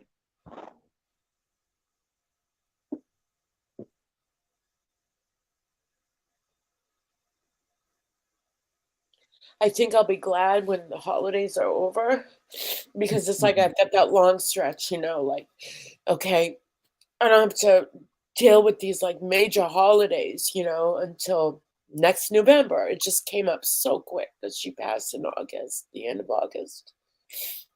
Yeah, And it blink of an just, eye, it's the holiday. yeah, it's just, no sooner she passed, and it became her birthday in a couple of weeks. And that was rough.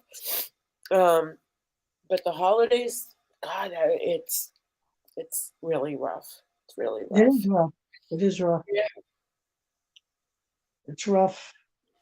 yeah, Jenny. Yeah, it's I mean, hard. really, the Christmas is for kids. It's for the children. Really.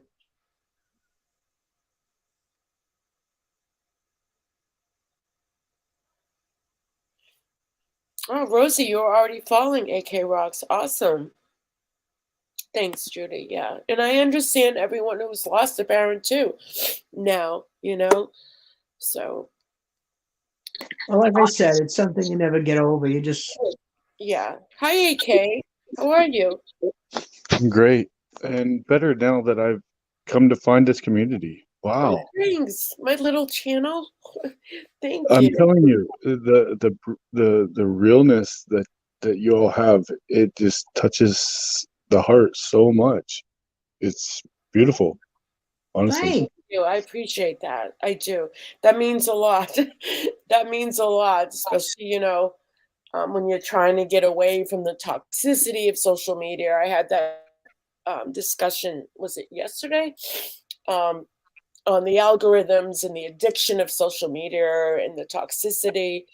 So it's really refreshing to hear, Hey, don't sniff your don't don't stifle your cries. Those are real feelings. You know you got to let That's them what I go. just said. Yep.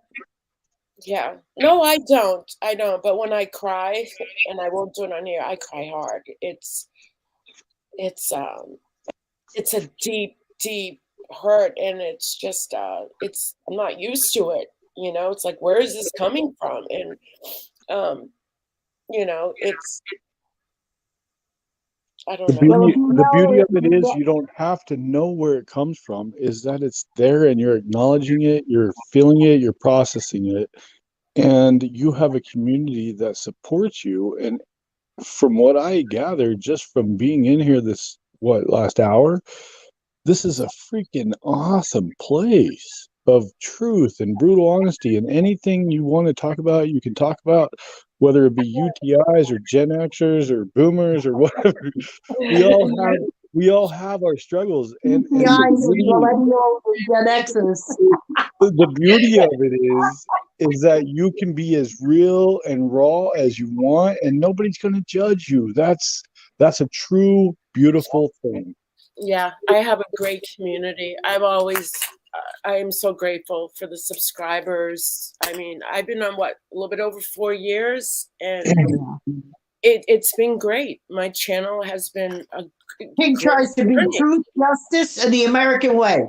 I do a little bit of everything, a little Me bit of too. clarity and just, letting loose. Yeah, like your channel, a little bit of everything, you I know? do everything from like making, like, my thing is Hope Rocks. I give away Hope Rocks where, because there was a time where I was really down. I got TBI, and I was dealing with PTSD and such. So I was always looking down, and one day I realized what I was looking down, I was passing over all this time, was these beautiful rocks. And I got into lapidary, which is, the Well, I think creation of rock rock. is much better than shells, so I'll give you that. Well, I love making things that aren't visually pretty so Yeah. you can take a common rock and you can make it, shape it, and polish it into anything you want. And that made me, when you're depressed, you're always looking down. I was always looking down, and I passed by the most beautiful things in the world that were there for the taking for me to see, and I missed them. And whenever I started paying attention, man, the beauty that can be created from these rocks. And so I send them out. I've sent them out all over the world. I leave them at trailheads, at playgrounds, and hide and watch the kids' eyes light up. What do you paint As they them, pass. color them, and paint them and Yeah, all that stuff? no, not painting, just shaping and polishing. I have a lapidary machine, and I've got tumblers. I've got a whole bunch of So stuff. would you say equivalent to a gemologist, a amateur gemologist? I have cut a couple gems, but mostly the things what I what I call my creations are imperfect perfections. And to me, they're perfect, but they're not all exact, and they're not measured. They're not, I feel what I'm getting, and from the rock while I'm doing it, and it's awesome. And me and my son, we come out and we go and we make these rocks. We put them out for people, and these people's eyes, even adults, their eyes light up. They get smiles on their faces. They understand, wow. And then you can see them looking around for their own hope rocks, and that's what my goal is to spread hope and love and that kind of thing with the silly rocks. And it as Yeah, but cheesy as that is, it works. they took thousands and thousands of years to form. So AK, let me ask you, do you do yoga, meditate? I do meditation. I don't do yoga as So much. I knew it because there was something about you, like with the conscious awareness, when you said, you go out and you look at the things that are not necessarily pretty, Because I'm not pretty. That's the but beautiful thing, man. yeah, We all have our own our own perception of ourselves, and sometimes that's not pretty, and right, that's okay. We are all imperfectly perfect, and we have to accept that. And absolutely. it wasn't until I got sick until I realized that I lost everything. I had big jobs and monies and house You and said, did you cars. say you had a TBI? I've had 14 TBIs before I was 10 from what's that? From what, from seizures? abusive no, from abusive stepfathers, alcoholic abusive Oh my stepfathers. God. I I'm had so eight stepfathers sorry. before I was 10.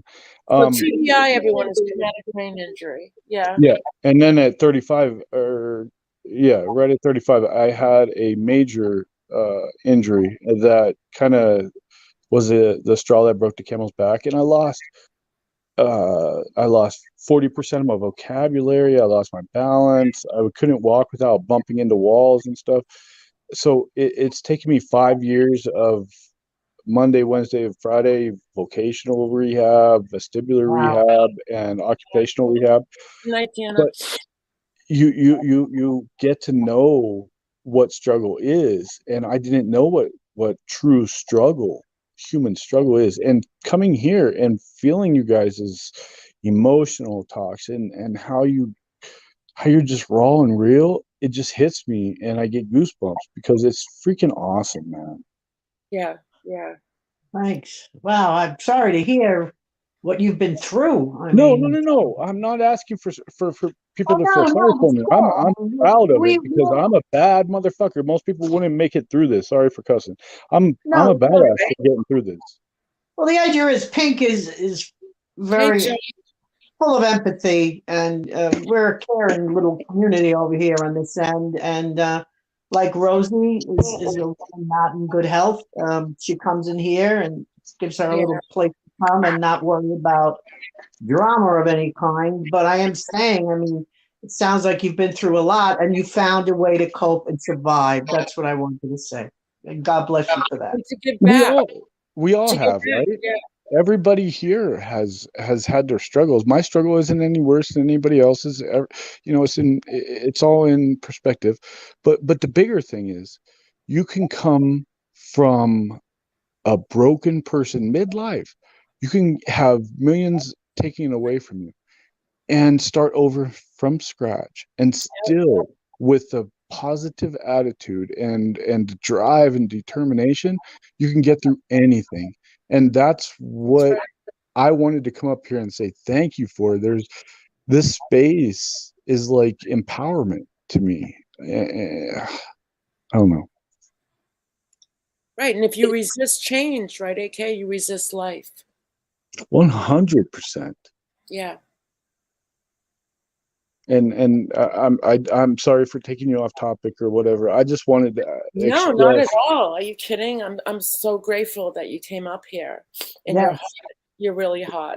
I'm the realest. I'm the realest, most Yeah. brutally honest person. I'll tell you anything. I'll speak the truth. It's because honestly, I don't have the short Yeah. term or long term memory to lie. So what you get with me is brutally honest. And that way I'd never have to remember, because when you're honest, things just come. And for you to express what you're feeling with your pain, that's real and it's raw, and that's how I operate. I help with domestic violence victims. That is not put on my channel or anything like that. I move people 300 miles away. I pay first and last month's rent. I get them away from the abusers in very dangerous situations. I have sharpshooters waiting at they're at the Yeah. end of the block. That's me, because I grew up in that.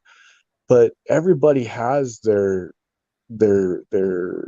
issues, and for you guys to be so open about them, it's just so comforting. And I just have to say, I'm so impressed, and I just love that I stumbled into here and I found you guys. Yeah, I was gonna say, how did you find me? I don't even know. It was alive, and I don't know. I honestly don't know. It was meant to be, period. So Yeah, well, thank you. Thank you so much for sharing. And again, I'll drop your link. And no, don't drop my link. Don't cheapen me. No, I This just is about you you probably got guys. another This at is least about five, your 6 months channel. left. if I can find a channel that spreads positivity and wants to give back to people, or contribute to society in a positive way, Right, are you kidding? I'm going to share it. I'm going to right. share it. Yeah. Well, that's not what I came up here for, and that's not why I stayed here for. It was because of you. The whole place here, it just has good vibes. That's all. I, Yeah. Thank you. Thank you. I'm just saying. So I'm gonna let you guys go, but hey, girl, don't hold back those tears. And that's a beautiful thing. To feel emotion is to be human, and to be human is awesome. And understand that you are just like everybody else. You have struggles, and there's people out there who are going through things, and your public display of your troubles and your sorrow helps empower other people, and that's most important. Yeah, that's good to hear, because I always say, I don't like to talk about myself. Like, I wanted my channel to be about everyone else, and I do. Like, I'm curious, and I'm interested in people, and whether their struggles or their achievements. But yeah, it can be challenging to express myself. Hey, you've already done it, yo. Yeah, yeah. You hooked me. You caught me. I'm just saying, you caught me, and that's rare. I see through BS a lot, and there's not too many real people with real channels talking real stuff. And you guys have a sense of community and a sense of humor. What? Because that's totally me. It's awesome.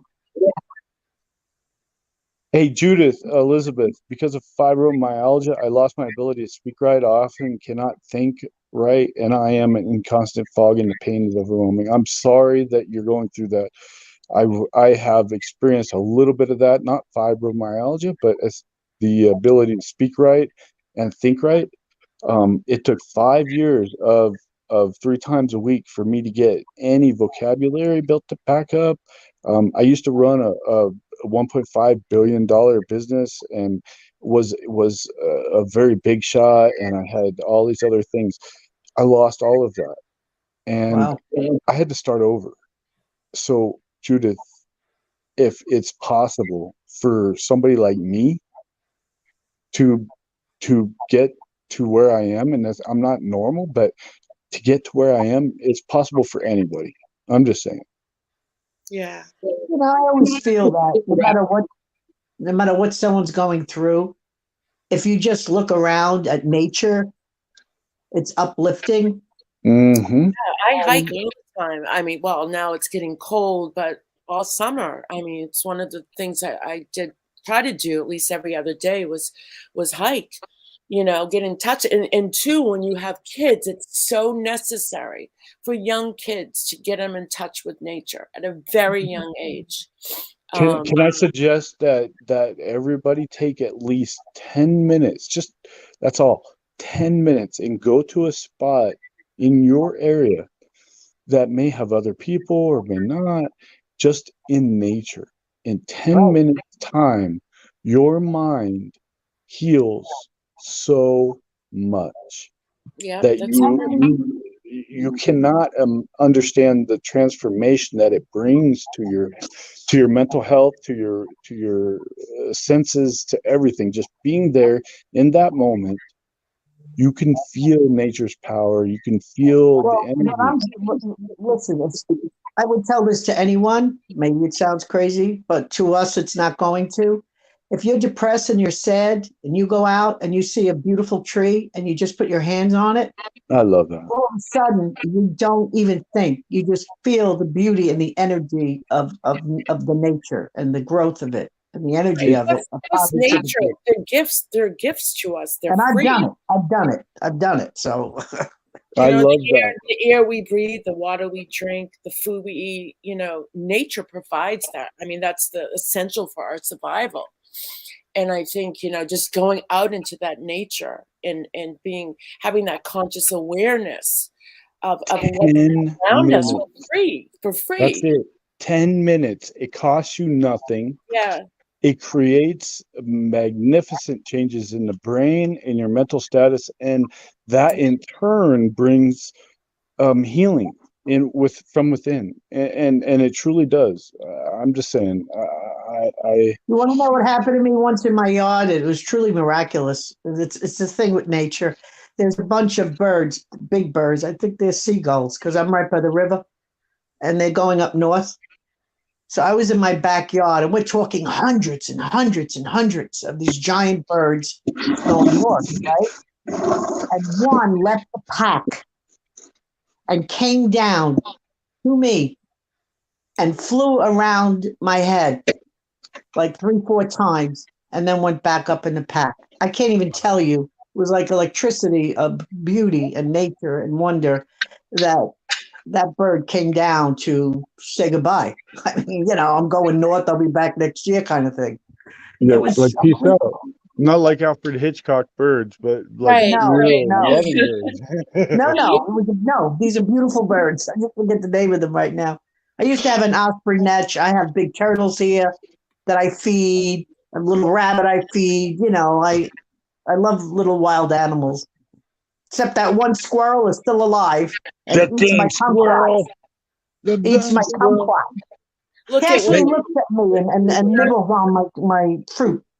you And he I know. looks love at me. I love your community. I'm going to get off here because this is your show. I'm not going to try to take it over, but I'm just saying, if anybody needs, an ear or some anything, I'm here anytime.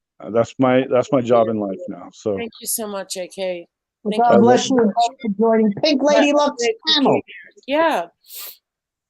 Thank you All for right. letting me come up. Our You pleasure. guys are awesome. You're welcome. Thank you Thanks. so God much, bless. AK. All right.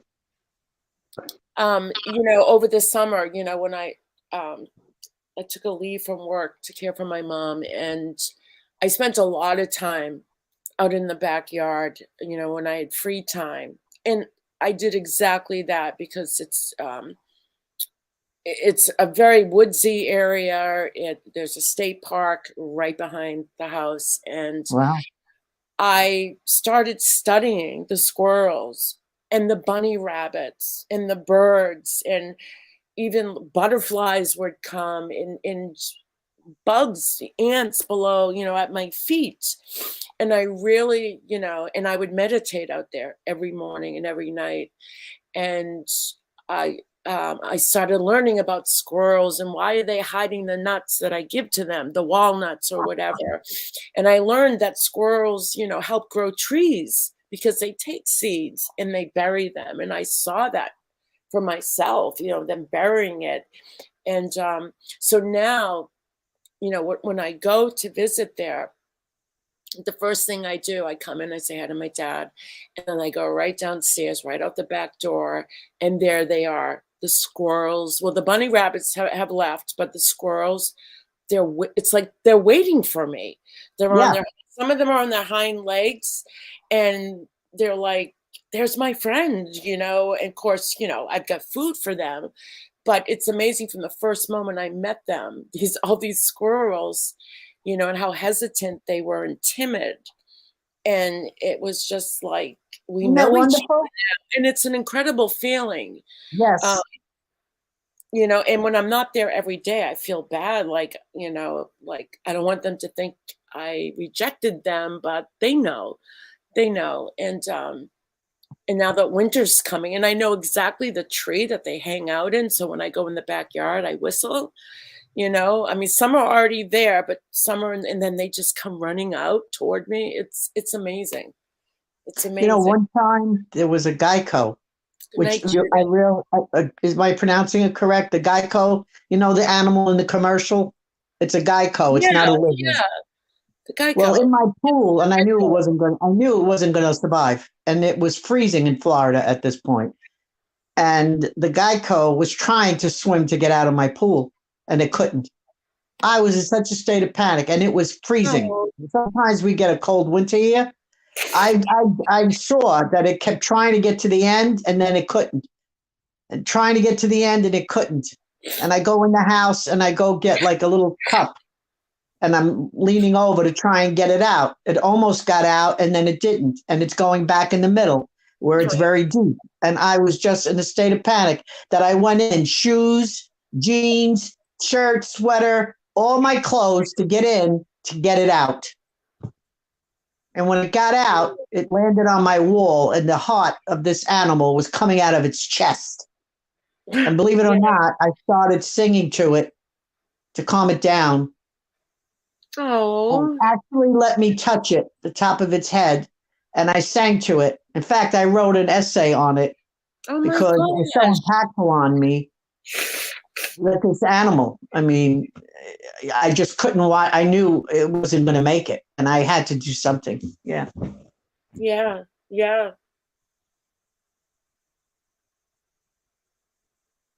Yeah, Well, I could talk if to you you ever about come birds. across somebody that doesn't like animals, you gotta wonder why. Like, come Yeah. on, you know. I mean, we're basically with agriculture and tearing down all these trees, we are forcing them out of their natural habitat, you know. Yeah, this And then one turtle, they lived to like 75, 85, and it marked a house was built that shouldn't have been built. And guess what? I opened my front door and it was right there because I've been feeding it for years.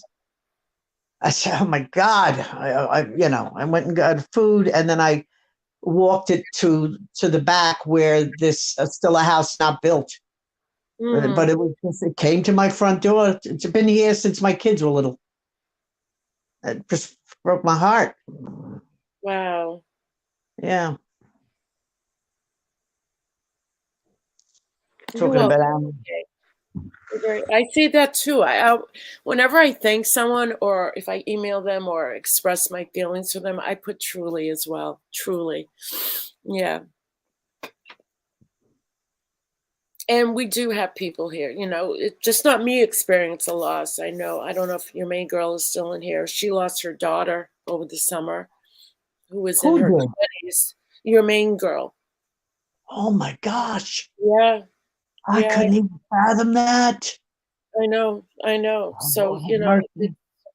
a lot of grief, a lot of, you know, losses, more so, I would say, this year on YouTube than I remember from any other year. Um, you know, and I can't imagine either. I just can't. And but you know, she honors her daughter, which is amazing to me. Um, you know, talks about her. And when I went to that, and this has nothing to do with your main girl, it's just um, when I happened to go to August 31st Addiction Overdose Awareness Day International, and it doesn't matter how you lose your child. The fact is, regardless, to honor them, you know, and to talk about them. Um, and that's what I love to see. I love to see people who've experienced such a profound loss as their own child, is, you know, to honor them, whether it's every day or, um, you know, and your main girl does that. And she made a video one day doing that. And it was such a joy. Um, for her to hear that, because a lot of people, unfortunately, when they do lose a child, um, they can get very depressed, which of course, but you've got to honor your children, whether they're here with us or not, um, and share that light in within your Well, I child. mean, Nice light, you know. talking about them and the Ab- memory of them keeps them alive in your heart and your mind, which I think is Absolutely. important. A lot of And they're people don't like worthy. to talk. They're worthy of other people knowing about their child. Absolutely Exactly. worthy of that. I'm, I'm all for it. Like, for instance, Yeah. my cousin who's very ill right now, her husband passed away, her son passed away. To me, she talks about them as if they're still alive, and I don't mind it, and I enjoy it. But meantime, her daughter, which is the brother of her son, has never once mentioned her brother. Never once. Yeah. I mean, we need to talk to keep them alive. I mean, I love talking about my mom and the wonderful things she's done, my dad, the Yeah. wonderful things he did, and how he got kinder and more open minded as he grew older, and keeps him alive. It keeps his memory with me. Yeah, I think it's important. Yes. Hey, Rosie, you know what I've done sometimes, actually, with people who are unable to get outside. Um, and my mom did this for me when I was a very little girl, when I was hospitalized for a couple of weeks, for an injury. And she would bring in a bag with things from nature in it: pine cones, a stick, rocks, um, anything she could find, a leaf. And I remember her bringing them to me, and I would close my eyes and reach in the bag, and I had to guess, what was it, and feeling the texture, smelling them. And I've actually done that for people, who are unable to go outside, is to bring nature to them. So maybe somebody, can That's do that for beautiful. you. Right? I did it for a guy who was blind. Um, Beautiful. I actually was able to take him outside. He was wheelchair bound, but I actually let him hold some rocks, feel them, smell them, throw them. Um, I pine cones. It was fun, and and this was an older man. I think he was in his 70s, and he had such joy that came to him just to have that opportunity, and if you can't go out, maybe someone can bring nature to you. It's just an idea. Yeah. Well, Maine girl, I give you my absolute deepest condolences. Yeah. I couldn't even fathom losing my daughter or my son, either or. I don't even think I would lose my will to live, quite frankly. I give you a lot of credit, darling. I do. Yeah. Yeah, Yeah, keep her hopefully alive. the best life I can. Good for you. Absolutely good for you. Yeah, beautiful statement, you Maine girl. God bless you. I'm so sorry for your loss. Couldn't even fathom it, Pink. I couldn't. Yeah, Wow. right, you mean, girl. It's important to talk about it when you feel Yes. compassion. Absolutely. Yes. And if you didn't talk about it, if it was someone in my family or someone close to me in my real life and they didn't, I would be concerned that they weren't talking about it. Well, You know, that's what I mean. My cousin's daughter, I find it concerning. Not once has she mentioned her brother, ever, nor her dad, nor her uncles, nor anyone that's passed. It's strange. I find it quite yeah, strange. yeah. Hey, Steph sells stuff by the seashore. I guess she heard my poem, Oh yes, your poem. The Shitty Do Seashells you, by do the you, Shore. do you want to do you want to repeat it again? You want me to? Yeah. Okay, gotta hold on a minute. Have to Lee, go get it. yeah, Lee wrote a poem.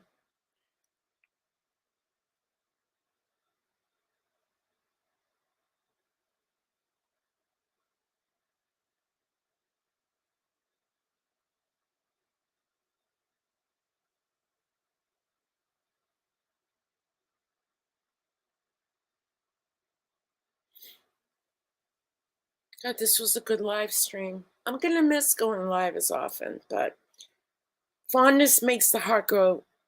No. What's that saying? Distance makes the heart grow fonder. So, Yes, now I want to say that Randy, it's Randy's life yeah, is the reason I wrote this because she said really. shitty seashells.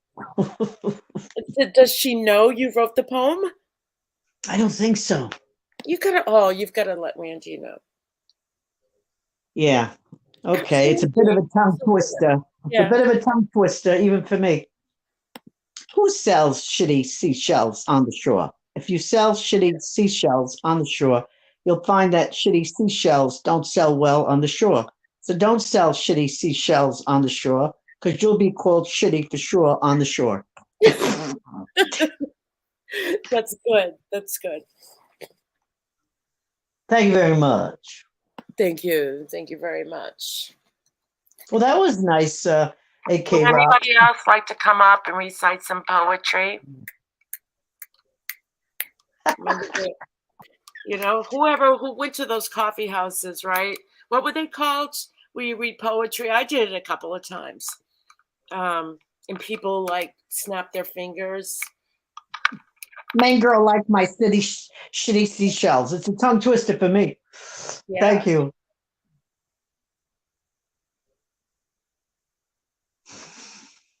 Very goodly. You should have that published. You definitely got to definitely let Randy. Yeah, yeah. You have I her should jump up. email? Yeah, you need I to. don't have her email. You can email her. Tell her Lee has a shitty I seashell. don't know if I have her email. Yeah. Maybe it's in her About Me section. Somebody reach out. Tell her. She gave me the incentive for this poem. I could let's see. It's not that great. I'm not gonna get a Pulver surprise on this thing. She's got email in her About Me section. Oh, okay. Yeah. I should type it and send it to her. She could read it on her program. Absolutely. Absolutely. She will. She's a good soul. Yeah, she will. Well, I'm sorry, Rosie, you have a permanent medical brain injury. It can't be fun. But you're here. That's right. And you're listening. We're glad you're here. And this is social interaction. So the internet is important. Many people are home. They can't get out. They don't have many friends. And many friends have passed away. Told you, Pink, I had 5, 6 very close friends that are now no longer here. And I'm very grateful for the internet and also meeting you, Pink, and many other wonderful people in this community. Same here. I always felt there's great people in this community. There are some really cool people. Yeah. And we just met another great person, AK Rocks. I know, right? How awesome. Yeah. And you know, we are what we create. So, you know, and Black Eagles. Surround yourself with supportive, loving, good people. Yeah. You know. Black Eagle's cool. I love when she's in chats when I'm there. Yeah. All right. Listen, everyone. I've got to get up early. I've got a lot of running around to do before Thursday. So I have a to-do list. I have such a to-do list for tomorrow. It's crazy. Everybody pray I get it all done. We're praying you get your to-do list done. Yeah. Please, prayers for R.D. Lee for her to-do list, that she gets it done. Okay. Love you all. Prayers in the side chat, please. Love you all, everyone. And thank you, Pink. As usual. Thank you. Love you. Love you too. Thank you, everyone, for coming. And thank you, AK Rocks, Black Eagle, everybody. This Jenny Barnes. Thank you very much. Signing off now. Thank you very much. What's today? Monday? Yeah, tomorrow's gonna be busy because Wednesday's gonna be snowy. And Thursday's my first day back to work. So I'll try maybe Wednesday will be a good night, maybe to do a live stream. With the inclement weather being here, I should be in. But it won't be a late night, probably an earlier live stream. back to a sleep schedule that I have to adhere to. Sleep is important. Sleep is important. All right, everyone, be well. Thanks again for coming. The link to the podcast is in the description. Okay. He's got several podcasts that you can listen to. If you enjoy them, if they make you laugh, share them with people in your life, on YouTube, wherever. And as always, be safe. All right, thanks. Good night, everyone.